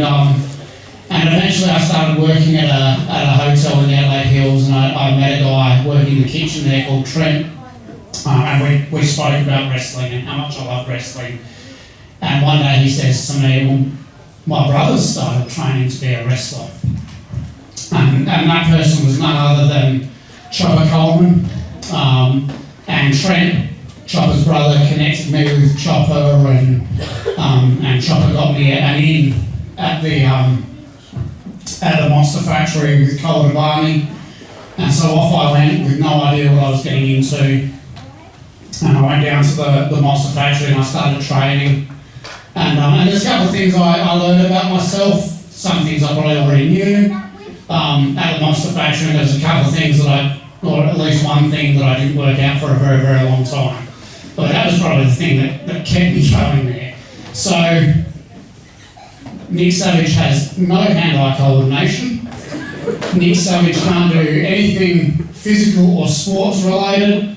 And Nick Savage definitely can't jump more than a foot off the ground. So, as a wrestler, there's some pretty key things you're going to have to be good at. So, I absolutely sucked as a wrestler, but I kept going. And as Havoc alluded to, I had some issues with substance abuse, we'll say. And I would actually attribute that to the fact that I kept going, because I had no idea what I was doing had no idea how badly I was doing. So I kept going, and Tony Stone and Steve O'Neill were the key trainers at the time, and they were extremely patient with me, and I don't know where you find that sort of patience, but they kept persevering, and one day I came pretty close to seriously injuring myself and putting myself in a position where I wouldn't actually get into a wrestling ring again. So, for whatever reason, I come back the next week to training, I'm ready to train, and Cole Devani comes up to me and he goes, "Have you thought about refereeing?" And when Cole said, "Have you thought about doing something?" it wasn't really, and he had this idea more than it was a strong recommendation that that's what you should be doing. So, I said, yeah, why not? I'd be happy to referee. It was a way to get onto a wrestling show and have a shot. And that probably comes to the next person I need to thank, and that's Super Freak. When it came to coming up with a name for Nick, Super Freak was the guy that put forward the name Nick Savage. So thank you very much for that. And the reason I mention the name as well, and we're going to jump forward a couple of years here, is because there's someone else that I've become very close with in wrestling. I'm proud to call a friend who has another part to play in the name of Nick Savage. And this happened on a trip out to Mount Gambier. We're all in a little minibus, and Cole Devani's sitting in the front passenger seat. I'm sitting in the middle of the next row along, and Luke Hazard's driving the bus. And it's a pretty long drive, so at some stage Luke must have got bored, and Luke starts getting stuck into me because I smoked cigarettes as well at the time. So he starts having a go at me about smoking cigarettes, and I'm fairly confident that he wasn't just trying to get a rise out of me, but he was also trying to get a rise out of Cole. But Cole wasn't really biting about the cigarettes because Cole knew that I smoked and he wasn't happy about it, but there's probably a little point in going into any detail about it. So eventually Luke goes, "Oh, you're smoking weed as well, aren't you?" And at that point, Cole's ears prick up and he goes, "You're smoking what?" And then the next thing that comes out of Luke's mouth is, "Smoking Nick Savage." And that stuck, and that night when I came out to Mount Gambier, that's what I was announced as, and it's hung around for many years, so thank you very much for that.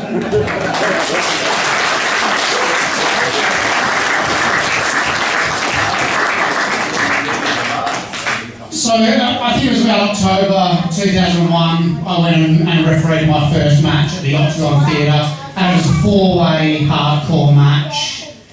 With myself and Cole on the outside of the ring refereeing. It was a way for me to get involved or get in front of the crowd and get used to being out in the wrestling ring itself. And then the next show we had, I refereed my first actual wrestling match. So I was originally booked to work a couple of matches on that show. And then the two guys that were in the main event came looking for me after I refereed those matches.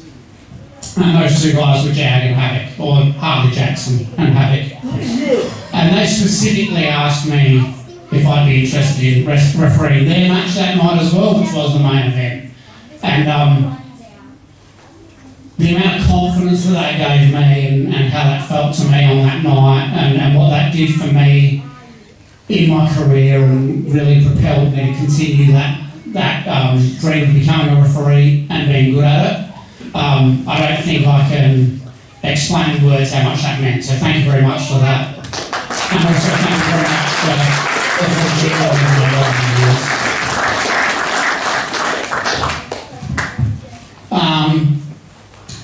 Another thing that I'd like to thank Harley Jackson for is that at the end of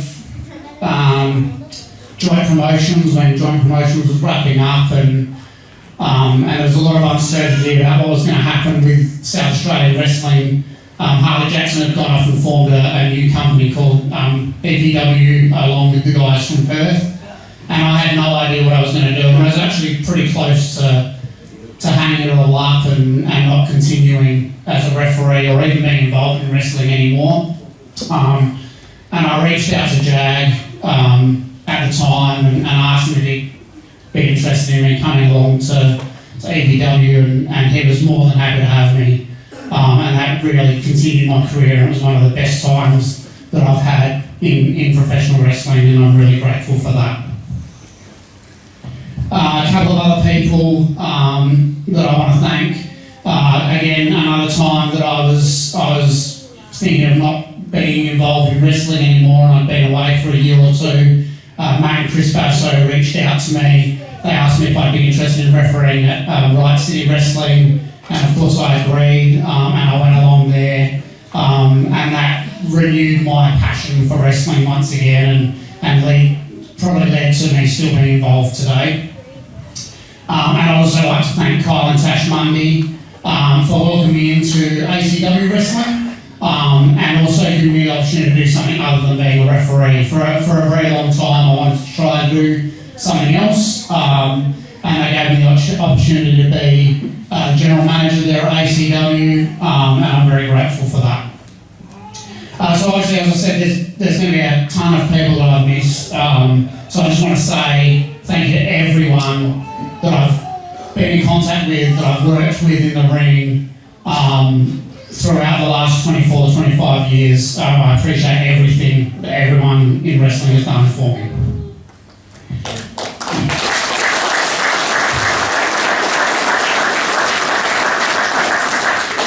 And the last couple of people that I do want to thank, Johnny Radic.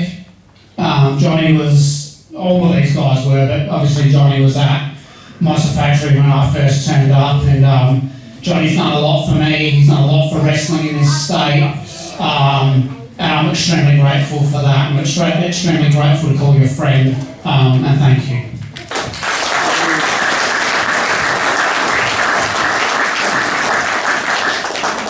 Obviously, it would be remiss of me not to thank Cole Devani for everything he did for South Australian wrestling and for giving me a chance as well.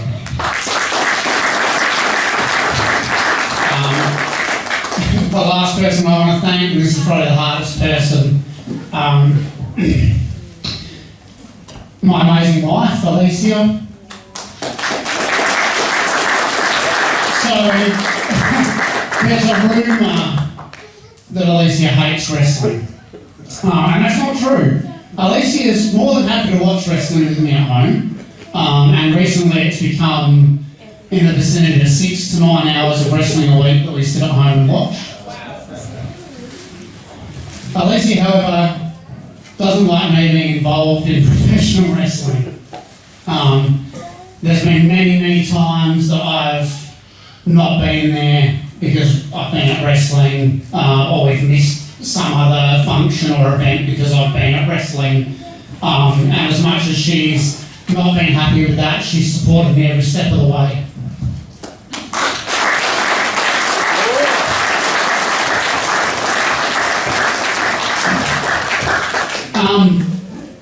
Wrestling's given me a lot of opportunities over the years, and I'm going to talk about some of those opportunities. So obviously, as you know, I've been a professional wrestling referee for a very long time. I've also been involved in live streaming of professional wrestling, which I really enjoyed, and as of recently, the general manager at ACW, which I'm still struggling with, but I'm enjoying very much.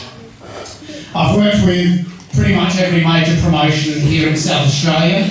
PWSA, Joint Promotions, MPW, EPW, which was a part of NWA Pro when I joined, became Wrestle Rampage, Snake Pit, Riot City, and of course ACW. But I've also had the opportunity to work with some international talent. I was on the first International Assault show here in Adelaide in 2007, and that was my first, I guess, opportunity to work with international talent, find out what it was like to work with international talent. And as you can imagine, going into the show, I was extremely excited.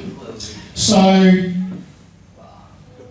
I'm out there, and the match that I'm refereeing is Kid Cash versus TNT, and me and Luke are standing in the ring. And as it turns out, Kid Cash also liked to partake in a little bit of smoking of weed. And he also didn't really want to do the match that he had to wrestle. So Eddie comes and he cuts a promo, which goes on and on and on. And before you know it, we've got someone from the audience in the ring, and he's challenging this guy to a fight. And there's me and Luke standing there in the ring, absolutely crapping our pants because we don't know what is about to take place. And it all turned out okay in the end, but it was a very, very interesting experience. I also worked with Lich Baboon at the Big Day Out, which was an absolute highlight of my career. And I refereed for New Japan Pro Wrestling in 2018 on their Australian tour. And of course, more recently, I've worked with World Series Wrestling. Some of the talent that I've been extremely fortunate to work with over the years include, but not limited to, the following names. And please bear with me because this may sound self-indulgent, but there is a point to this.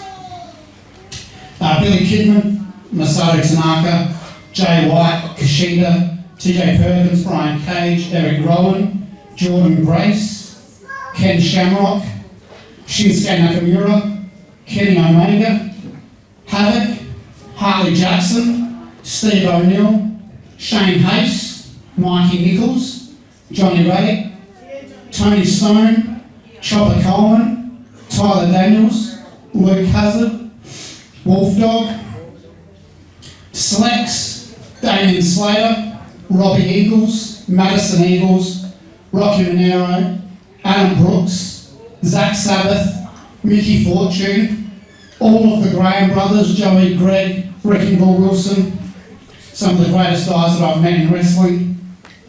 Adam Brooks, I've said them, Tommy Knight, The Pariah, Mick Moretti, Chris and Matt Basso, Matt Hayter, Indy Hartwell, Buddy Matthews, The Iconics, Billy Kay and Payne Weiss, Daria Hodder, Jonah, you may know as Bronson Reed, and Demi Bennett. And of course there's many, many more, but the point that I'm trying to make is that I've been extremely privileged to work with each and every person that I've worked with in the wrestling ring. And I've also had the fortune of being the closest to the action, of understanding what's going on and seeing it firsthand. And I can tell you,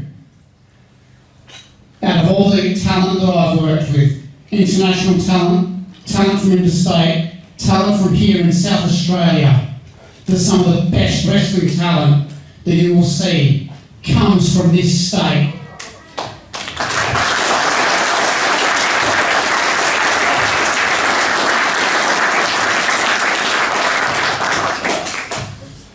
I've also, as mentioned, I've had some great opportunities, and back in the day when we started and wrestling was a lot smaller here than it is today, some of those opportunities were very hard to come by, and they definitely weren't taken for granted.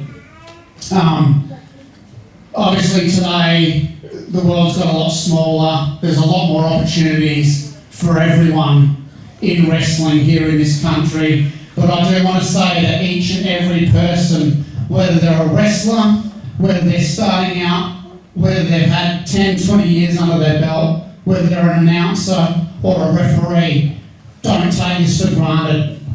Work hard, live your dream, and you will have those opportunities as well.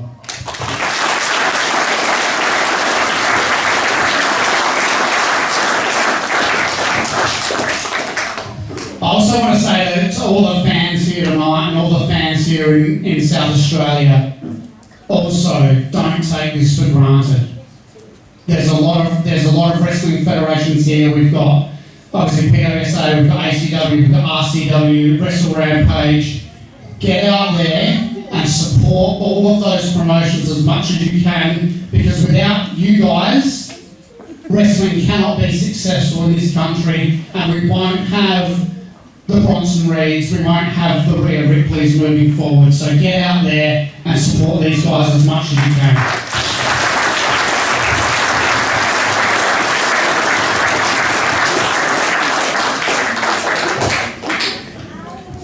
So I think I started with this, and I sort of started at the end. I started from the end to the beginning, or however you want to put it. But 24, 25 years ago, when I walked into the Monster Factory, I just wanted to be involved in wrestling. And I didn't think that I'd have all the opportunities that I had. And I certainly didn't think that I'd be here in 2025 being inducted into the South Australian Hall of Fame. And I'm extremely grateful for that. And I'm extremely grateful for everyone that's been a part of that along the way.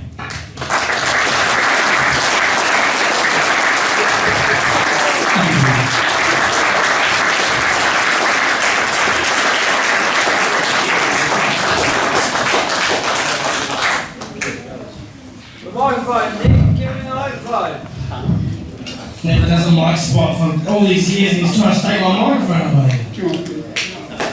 Congratulations to Nick Savage, everyone. Thank you very much everyone tonight. It's been a great night. Make sure, we got one more. They say leave the best to last, but we already did my money.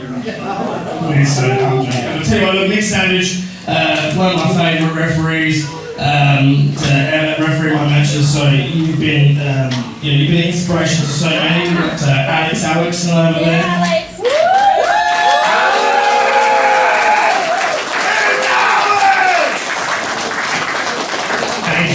AJ's been refereeing.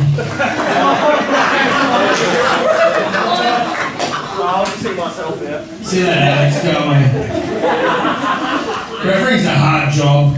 For a lot of people that don't know that you have to learn how to be able to count to 3, get to the count of 10 without getting it all mixed up with the alphabet. Alright. So we're ready for the main event? Yeah! We're ready for the main event. I'd like to bring up the man to induct the man that's in the main event. Let's bring him out. None other than Tyler!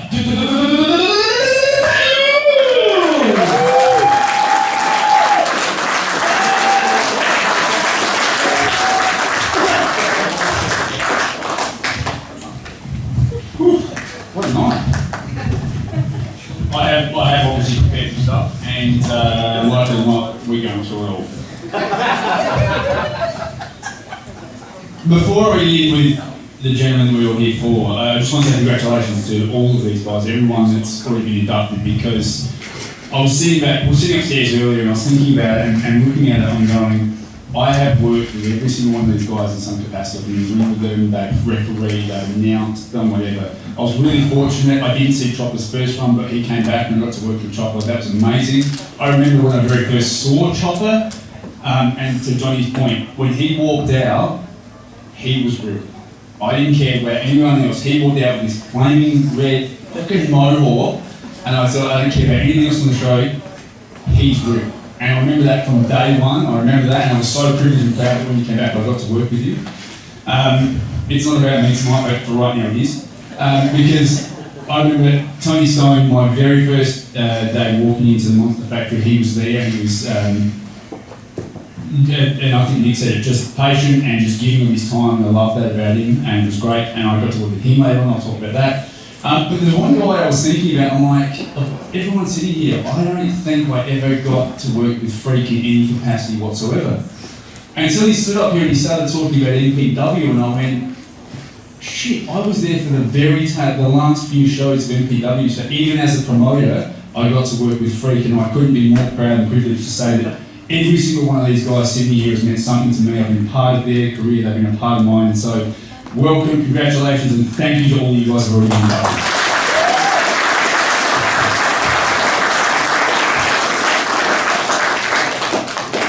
And now, where do you start with Luke Hazard? From the outside, the wrestling business looks like it all happens in that ring, right? And in the case of my time knowing Luke Hazard, it's true the ring has played a huge part in our relationship in many ways. From sharing a wrestling ring together, from being one of his groomsmen as he shared rings with the best thing that's ever happened to him, let's face it, his beautiful wife, Kayla.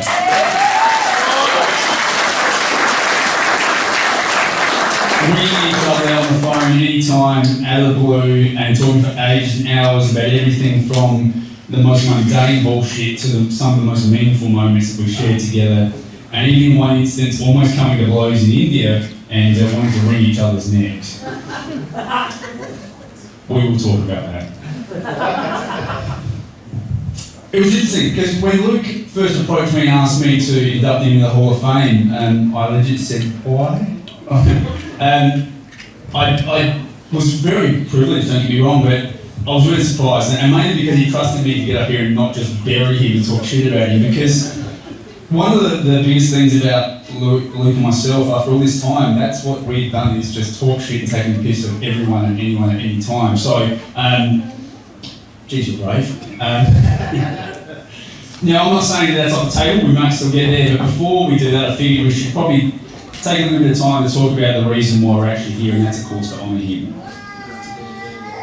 Before that though, I want to talk about the first time I actually, I'll say I heard about Luke Haslam, because I didn't actually meet him at the first point. And then it was at the Waterside Working Talk, and heard these guys talk about that place all night. What an amazing place that was, great venue.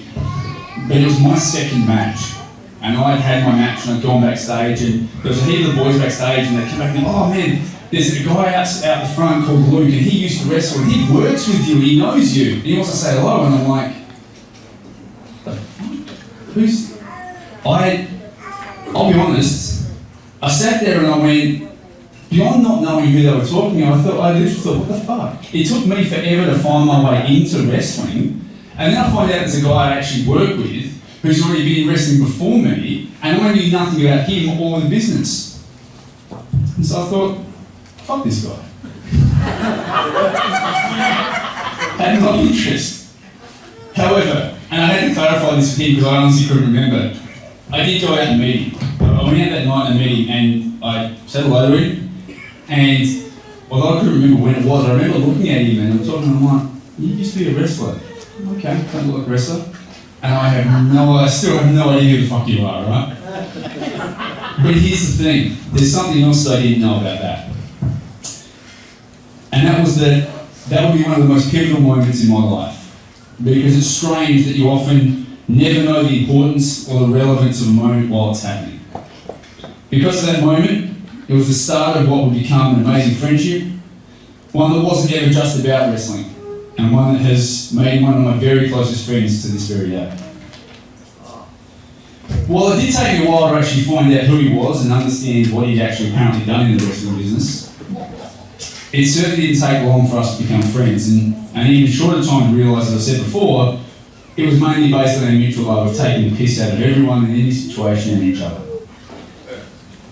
Now, clearly, as you can see, I didn't really want to get up here and talk too much about Luke's career, because Christ knows we've got at least 45 to 60 minutes of that from him.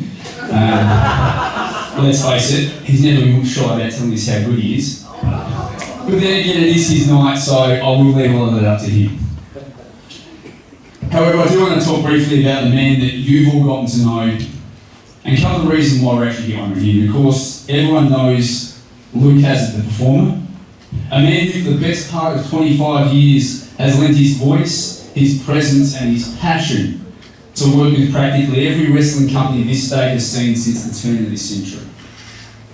He's had a career that I've admired and even envied, from beginning as part of the original resurgence of wrestling here in South Australia, working as a teenager at the Octagon, which is a venue I never got to be a part of, and of course with so many of the people you see here and people who went on to be legends of South Australian wrestling. To his bloody comeback matches with Johnny Radic, which is probably not the best place to take your future parents-in-law to introduce them to, but that's okay. That's not a joke. He legit did that. But then again, after seeing those matches and the amount of blood you lost, and apparently how you do actually work, I understand why it was only every 5 years or so you had a match. But then it was all the way through to having the absolute pleasure of seeing him and hearing him host, announce and introduce some of the greatest talent from here in Australia and around the world to the ring. He has been the party starter, And he's been the voice of SA Wrestling, and a man who has seemingly just about done it all in wrestling. From a wrestler to commentator, even a referee, a manager, and of course, for what we all know him best, being one hell of a ring announcer. With all that stated, I want to take a quick moment to recognise and celebrate all of that. Luke, well done, that's amazing right there, all of those accolades. But now that I've covered all the parts of the Luke Hazard that you probably all know, what I want to do next is tell you about the Luke Hazard that I know. In terms of the wrestling business, Luke and I have shared 2 decades where we've crossed paths across companies, we've always supported each other, we've loved working together, we've kept each other company backstage, and most importantly, we've kept each other sane in at times what is a pretty insane industry. We've travelled together, we've trained together, we've attended wrestling shows and smoked cigars together. We've cut promos together, and we've even thrown Wolf Dogg out of a Rumble match together. He was even my manager for a really short time as part of a tag team, consisting of none other than another Hall of Famer, Tony Stone. And I'm going to say, although short-lived, that was one of the most fun times that I've had in my career. The ability to have the 3 of us who are similar vintage, knew the same wrestling, grew up doing the same thing, we would go out there and I kid you not, we didn't talk about what we were going to do, we had no idea what each other was about to do, and it just worked, because we all just got it. To the point where I remember one night, and I had no idea who we were working because it really didn't matter, it was about the 3 of us, let's be honest. I'm working someone over, and I go over and I put them on the rope, and Luke is standing there. And I knew he would be fine. I walked away and grabbed the referee. Could you be a uni for God, I don't know. And I'm talking to Nick here, or whoever it was, and I'm looking over the shoulder, and all I see is Luke Hazard take his shoe off and wind up and hit this guy square across the face with the heel of his shoe. Oh, God. And that was one of the very many moments where I knew I kind of like this guy. I have been so incredibly fortunate to know Luke Hazard, the family man, the fiercely loyal brother by choice, the man who showed me it was okay to wear your heart on your sleeve, and even that it's okay to cry once in a while. You fucking suck. I love him for that too. I think what we've shared more than anything though is that we've grown up together. We came from different backgrounds and upbringings, and yet somehow we were very similar in who we are and who we chose to be. I've seen Luke at his best, and I've definitely seen him at some of his most questionable times, and just as he's seen me at mine.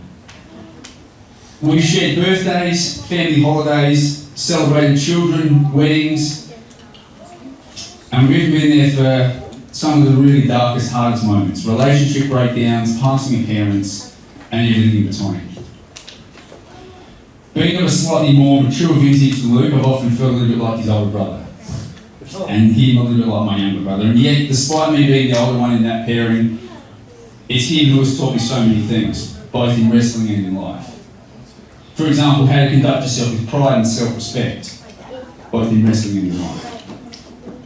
He's one of the most authentic, passionate, and giving people I know, both in wrestling and in life. Now, I mentioned earlier that Luke and we worked together when I finally knew who he was. And it was this opportunity that saw us travel to India, of all places. And it was there, through so many drunken nights and heart-to-heart conversations, a lot of what I've already talked about was formed, and the depth of our friendship was truly etched in stone. Now, there are too many stories we actually can't tell tonight about that time in India. I think there's something about a statute of limitations and an ongoing investigation. However, I have made a list of titles of some of those stories, and trust me, these titles don't do these stories justice.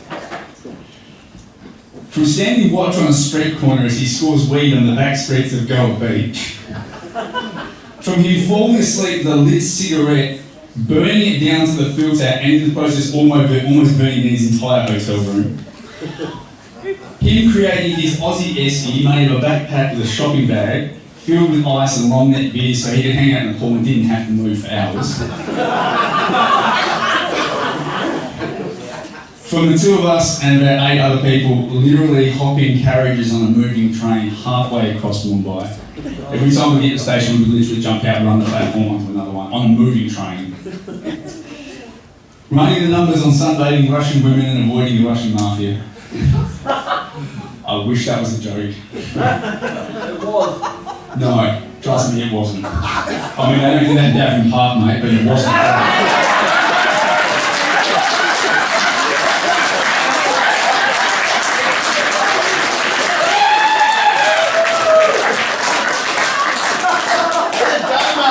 It's not about me. Getting drunk together, watching men play beach volleyball while wearing suits in 35-degree heat. I saw him do the very best back bump and roll of his career, of his entire life. Not in the ring, at the aftermath of an Indian wedding. It's brilliant, best I've ever seen. From crashing the World Cotton Convention, and watching him laugh his ass off as I somehow made it onto the stage and had my photo taken with the Mumbai paparazzi.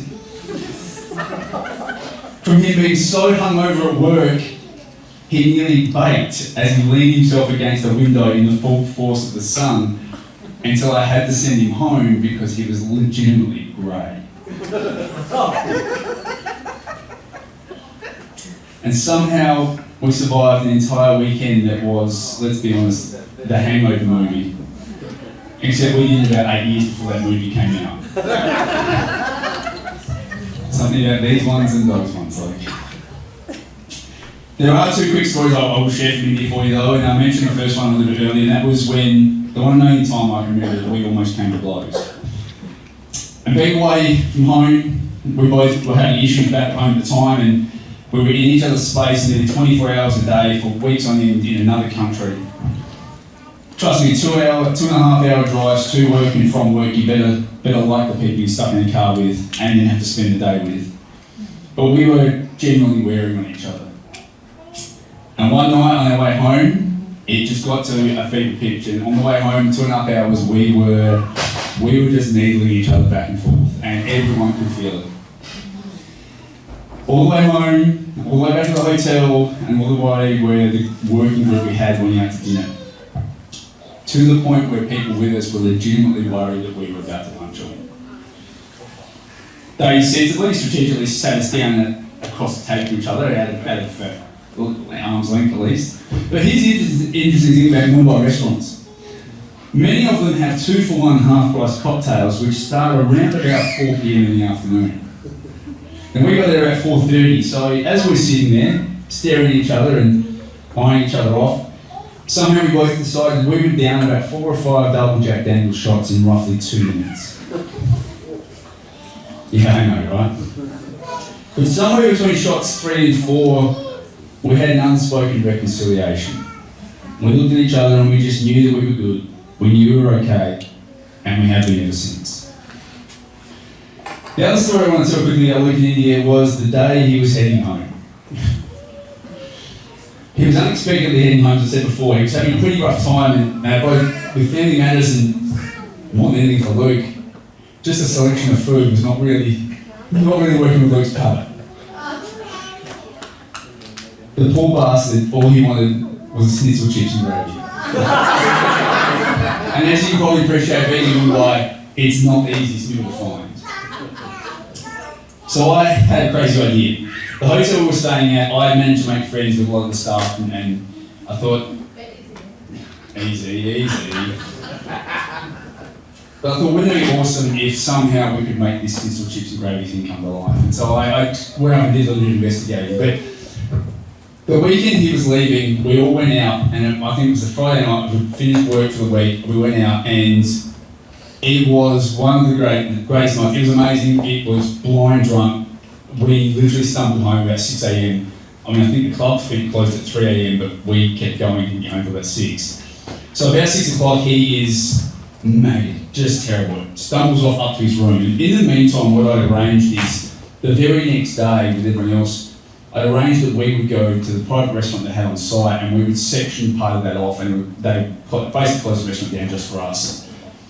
And I've been talking to the chef, and I've been talking about this idea of a snitty chips and gravy, and he didn't really get the idea of exactly what that was.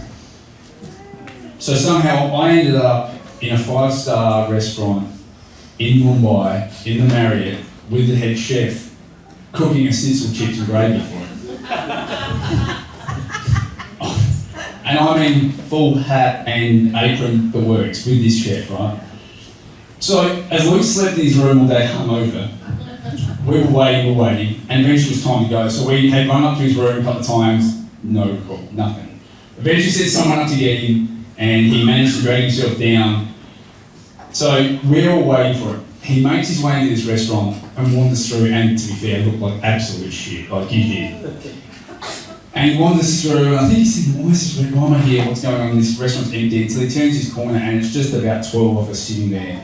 And he just knew that it was a massive setup for him. He sat down, he was so happy.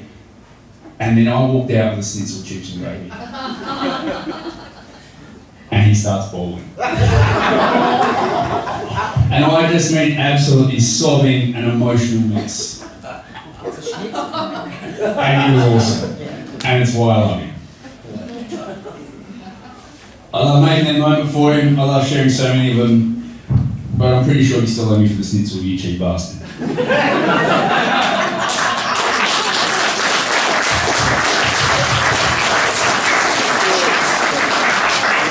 Luke, you've had an amazing career and it's still going.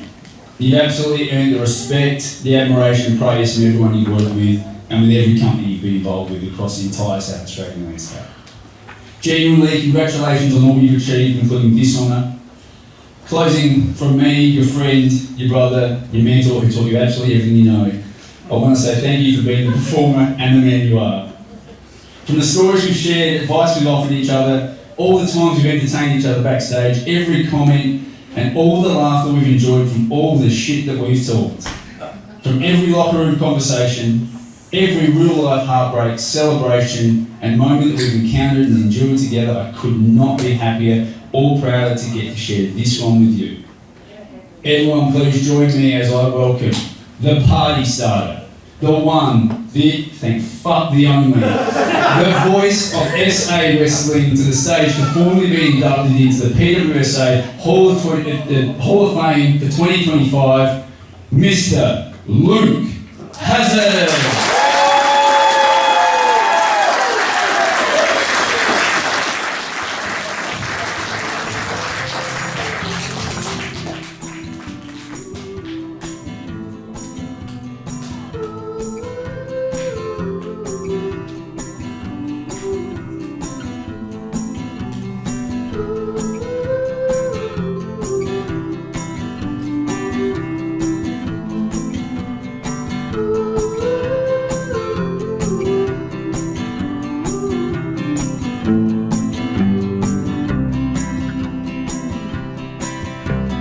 Gold teeth and a curse for this town are all in my mouth. Only I don't know how they got out. You turned me back into the bed I was when we met. I was happier then with no mindset. And if you turn to me like girl takes to win, well, I'd have jumped from my trees and died and danced like a king of the ice. So the rest of our lives would have fed well. Luke Hazard's going to give Johnny Redding the pit stop. Oh no! Oh, that is disgusting. Dawn breaks like a bolt through the hall. Never should have called, but my head's to the wall and I'm lonely. And if you turn to me like a girl takes to win, well, I'd have jumped from my trees and died and danced like a king of the ice. So the rest of our lives would have been one.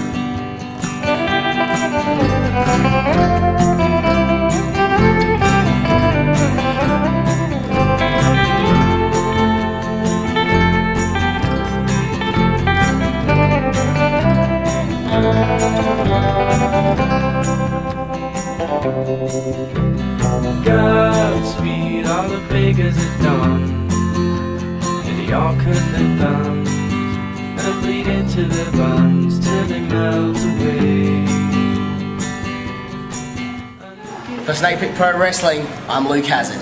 Life I might do never find that.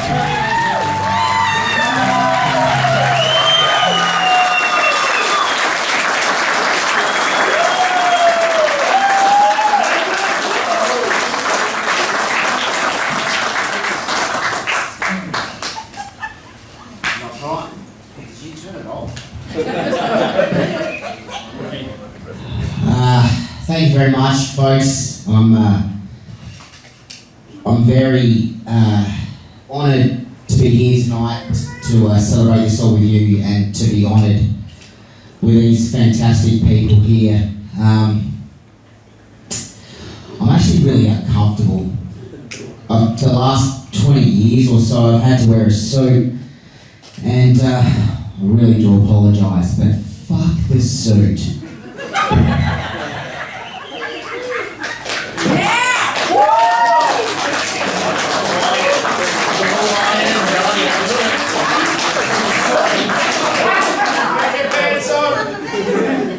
Don't take the t-shirt off, there's kids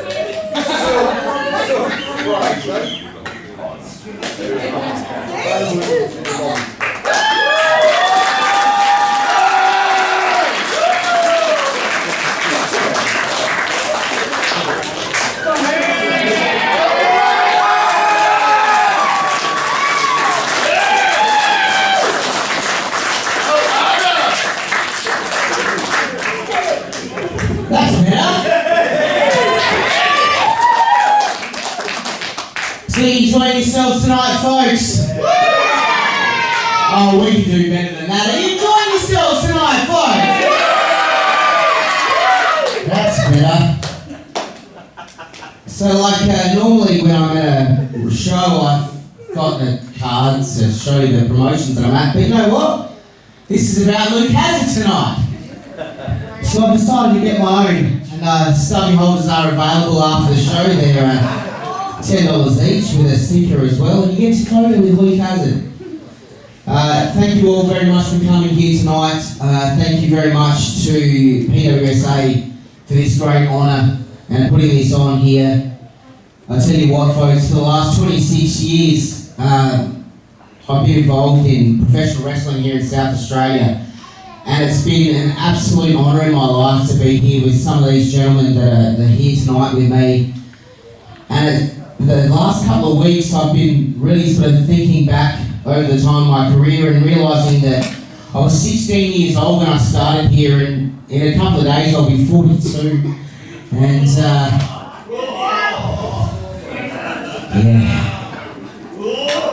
the fact that some of the up and coming wrestlers that are around today were not even born when I started really makes me feel really old. But it's an honour to be around and to see some of you fantastic fans. I can remember some of you as children that were coming to shows all these years ago, and I remember when AJ was a lot smaller and not driving everyone crazy. That was a long time ago, folks. But I would like to thank Tyler Daniels for inducting me here tonight. And he did ask, I remember when he asked me why that I want him to induct me into the Hall of Fame. And if I think about anyone that's known me as Luke Hazard as well as, well, Luke Parker, he's one of the only people that can do that both in a personal level and a professional wrestling level. So I would like to thank you for everything you said here tonight. Some of it you probably shouldn't have said, but that's okay, we'll go from there. I'd also like to thank Johnny Ray.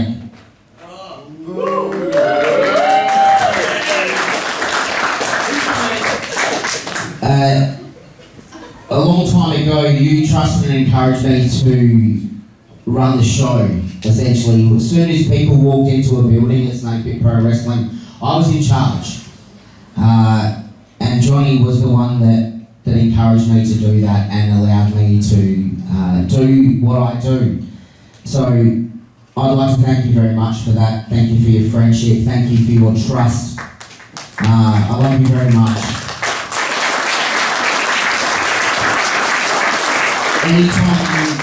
Anytime I've been the main event of anything, including tonight, it has been because of you. So thank you. I love you. I promise tonight I won't throw a bowling ball at your nuts. I did bring it. Many years ago, pro wrestling in Australia was very luckily found at Movieland and Civic Video. The videos would be videos. Some of the people in the crowd probably don't know what videos are.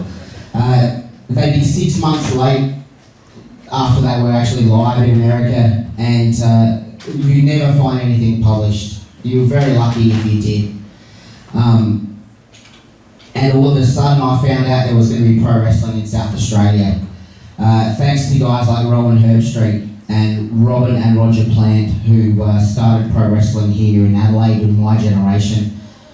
They allowed a 16-year-old fat kid that really didn't know what they wanted to do in their lives to be able to discover something they love so much and really become friends with some people that you might not see every day, but there's certain stories and certain experiences that you go through with people where 25 years later you can look at each other and understand that we went through this together. No one else has ever done it, and it's been an amazing journey. It's just people like Havoc in our the beginning, allegedly, of PWSA. We were there, and it's fantastic to see Havoc here tonight. He's legitimately the top 5 in the country, and he has been for the last 20 years. And it's only now that he's getting that recognition, but those of us who were around that long ago know that he is one of the best in the country. It's fantastic to see what you're doing in this day and age, Havoc. You're in the best shape of your life, and I'm really proud of you. And it's been great to call you a friend for the last 25 years.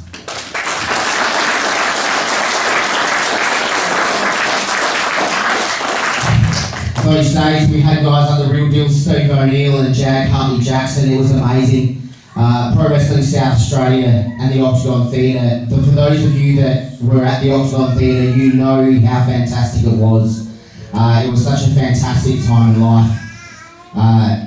We heard earlier how Super Freak took over MPW, and that was a really big start of Luke Hazard. I initially come out in a Hawaiian shirt to take the piss because it was a joke, and all of a sudden the fans loved it, and it was like, shit, we might run with this, I think. So Luke Hazard come out with a cocktail and a Hawaiian shirt, and all of a sudden the fans loved it. So Super Freak, I remember we had a show at the Don Polsky Centre, and my tag team partner was Destiny, and we were up against the team of Messiah and Hardcore Motor, and we had the match, and I don't even know who won. It probably wasn't me, let's be honest. And intermission come, and the girls got to go out and sign autographs. And I said to Super Freak, can I go out and sign autographs? And he's like, no. The girls are the ones that are popular.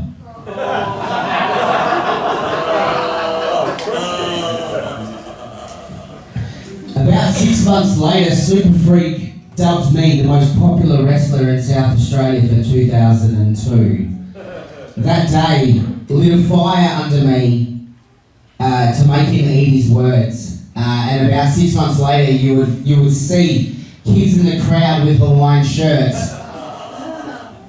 Poor kids. And it was amazing. And the people that I met over that time, the people like Rocky Monero, Cannibal Chris Taylor, P-Mac, Man Mountain, including one of my fellow nominees, Chopper Colman. I remember there was a discussion at the Monster Factory about we need a match for this upcoming show at the Octagon Theatre, and Chopper and I had been working on something just quietly, just off to the side, and we'd been practicing something for the best part of about 2 or 3 months, and we had it down pat.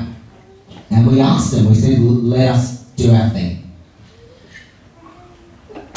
What would happen at the Octagon Theatre was Chopper, with his chainmail glove, would punch me in the head and proceed to split me open in the head. Blood everywhere. What now that look like wrinkles on my head are actually scars from being hit in the head from Chopper's glove. Now my family now don't believe me. They believe that they're just wrinkles because I'm nearly 42. But now that Chopper's here and he can actually tell the truth that these wrinkles are actually scars from Chopper Colman.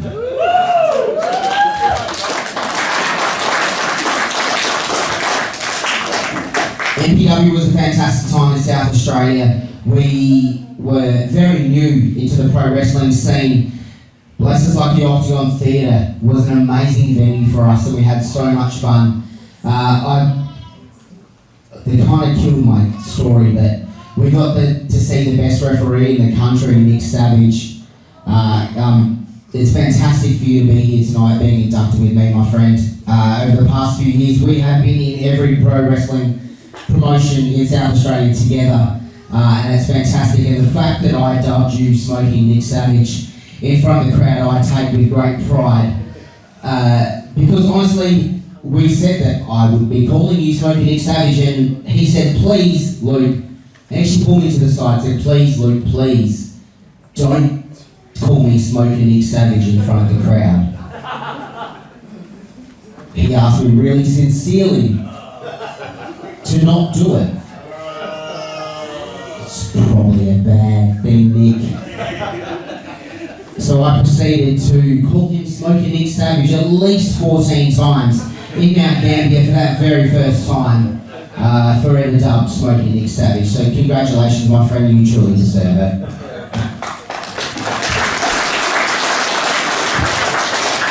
So, as Tyler said, most of you know me as a ring announcer and maybe a commentator, and to be honest, as a ring announcer, I'm probably okay, but as a wrestler, I probably wasn't. So I did take a bit of a break from pro wrestling. It was a lot of fun, but I did need to take a break for the real world. And then there was a day that I got the call from our dear friend Colman. I hadn't been around for a while and I hadn't done much, and I was actually in my real life working in a call centre and on night shift, and about 6 o'clock at night where I was trying to sleep, I got a phone call from Colman. Luke, we've got a wrestling show in Mount Gambier on Friday. We need someone to come and announce and commentate. We reckon, do you want to do it? We're really struggling. So sure, why not? You get paid, we can pay for your accommodation, and we'll go there.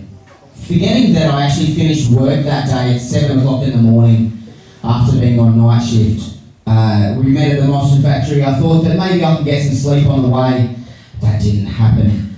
The very first time I ring announced and commentated a wrestling show was in Mount Gambier at the Ice House in front of a few hundred locals. I'd never ever spoken on a microphone before in my life. The microphone went flat, we had to use a megaphone. We had a few drinks at the end of the night, it was fantastic. I was like, yeah, this is great. I proceeded to have one drink, fell asleep, and from what I can remember, and what people tell me, is that I snored the room down for the rest of the night, and everyone moved into other rooms because they couldn't get any sleep, so be it. That actually brought me back into the fold for Joint Promotions Wrestling, and I become friends with Johnny Raddick. He did a lot for me personally at that time, and we would continue to be very good friends, and decided to join up with Johnny as best as we could, and we rode the lightning of pro wrestling in South Australia. Joint Promotions Wrestling would go down the hill, but we just joined up with Blake Mitchell and High Risk Pro Wrestling. That was a really bad time in our life, let's be honest. Although Blake was a bit of a controversial character in pro wrestling, we joined up with him. he was able to bring over Steve Carino and Raven and Al Snow. And we got to work with international superstars for the first time in Adelaide because, in all honesty, Adelaide, who gives a shit? It's not the east coast of Australia, it's not Perth. We never got much, but you know what? The core people in South Australia really did focus. And we had some fantastic shows. And not a lot of people know this, but Blake actually dubbed me the voice of South Australian wrestling. So Blake, thank you very much. I haven't really made a lot of money on the merchandise, but maybe one day you might get a cut from that nickname, my friend. Thank you. I appreciate it.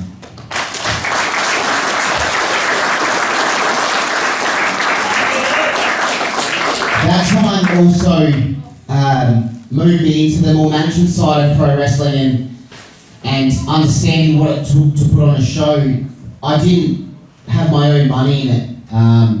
It was never me that it was really falling on, but I could see the importance that those people put on it, so I want to do everything I can for them and help them put those shows on. So I stepped into those sort of big roles in the management side of it and really understood what it took to put on a good show for you people. We had a bloody good time at places like Northern Sound System and Playford Civic Centre.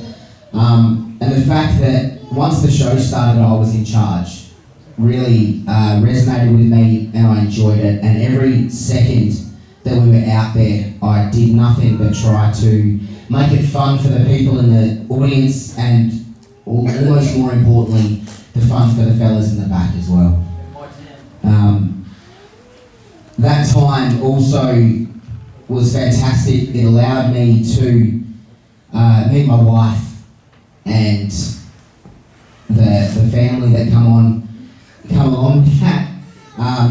Team Hazard, as I like to call them, have always been there to support me, and I thank you very much for those people in Team Hazard, my fantastic children, and also I had to specifically shout out my daughter Lacey. Thank you very much.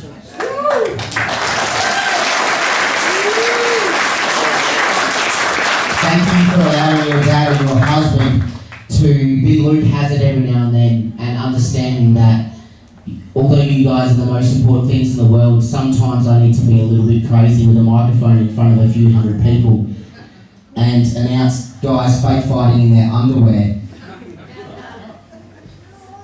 That just allowed us to have a lot of fun. So thank you very much, children.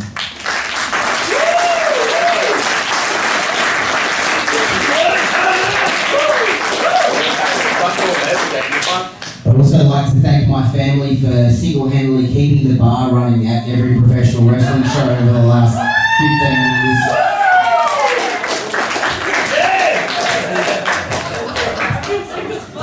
When the PWSA management said to me this year that they'd like to induct me, I said, you better fucking get a place with a bar, because otherwise I'm not doing it.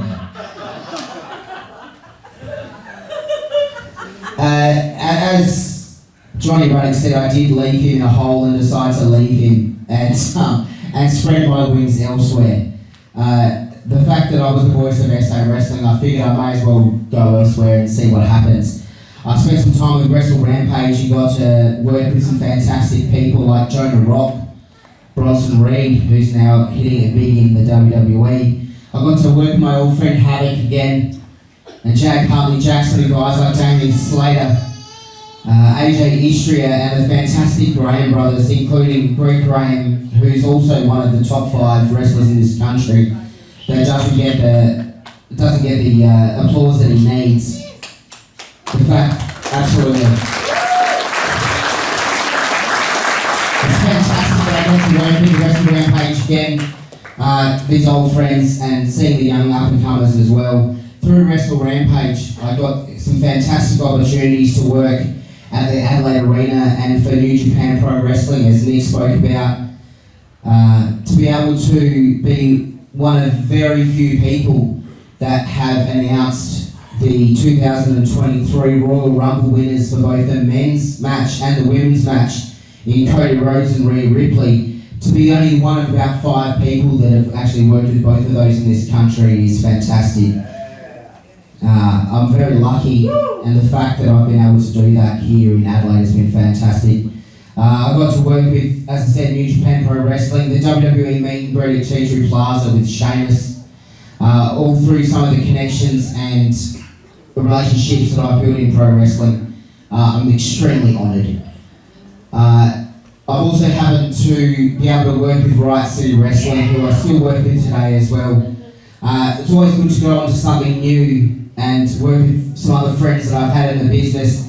Some fantastic opportunities, including working at the Adelaide Fringe, and a fantastic crew, including Matt and Chris Basso, for allowing me to tell those stories for these guys has been amazing, and seeing these guys grow. Watching some of the fantastic people we have in South Australian wrestling, particularly today, and seeing how they've grown and seeing how they've matured, and seeing the young guys that are about 18 years old, see them flourish in a fantastic wrestling scene, and knowing that I had a little bit to do with that has been fantastic. I'd also like to thank Adrian Manera through World Series Wrestling for giving me the opportunity to represent his show here in South Australia. Working at the Adelaide Oval with some of the international superstars has been absolutely fantastic. Some opportunities that I can't imagine that I'd ever received before, and every time it happens I still think I have to pinch myself, because I still see myself as a fat kid from Adelaide that really doesn't matter. I'm a B grade player for this fantastic business. The guys that are performing in the ring are the main stars. To be able to play a small part in presenting them to you really makes a difference to me. To be working with Adelaide Championship Wrestling and the new people taking over that, you idiots. It's amazing just to help each other out and to be there. And just to be able to, for someone to come and say to me, Luke, this is what I want you to do, go do your thing. It's very humbling, and being here tonight is very humbling. It's not normally the one that's in the spotlight, so it's very unusual to be here and to be talked about and to be recognised, but I appreciate it so much.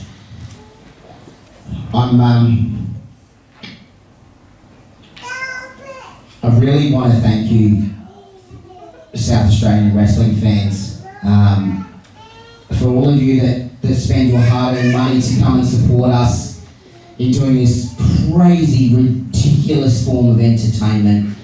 The fact that you guys support all your local stars, you spend your hard-earned money, you come out here and even you chant for the idiot with the microphone, and even shouting redraw when we're doing our raffles.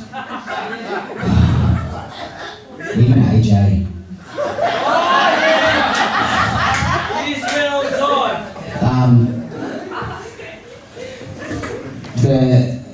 The folks I've been able to work with and that have been nominated here tonight, Wolf Dogg, it was fantastic to see him nominated here and to be a part of his journey. I really wanted this to be a really good night for everyone, and the fact that I was last up and I'm realising that it's a late night and we all want to get home, I felt really obligated to give you all a great night.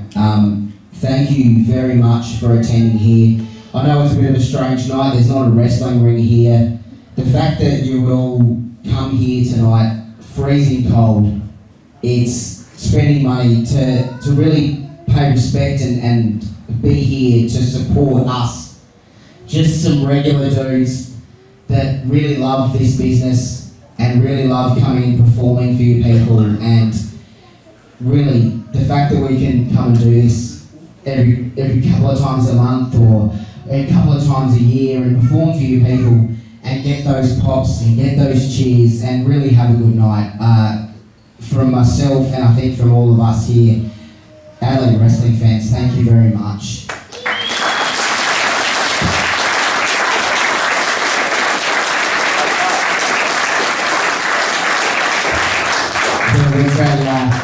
There was a long-range joke that there's a pretty good chance that I'll cry tonight. I've been able to hold it. Suck in, Tyler. It didn't work. Should have told all the stories. Yeah. Thank God I didn't tell all the stories. Thank you all so much for coming here tonight. I hope you've had a good night. Thank you very much for supporting us, not just tonight, but for the last 26 years. Please keep supporting. This is definitely not the end of me. I tell you that right now. I intend to keep this train going. The microphone does not turn off. Later on tonight, I'll have study holders for sale, so you're all welcome to come and buy some of those.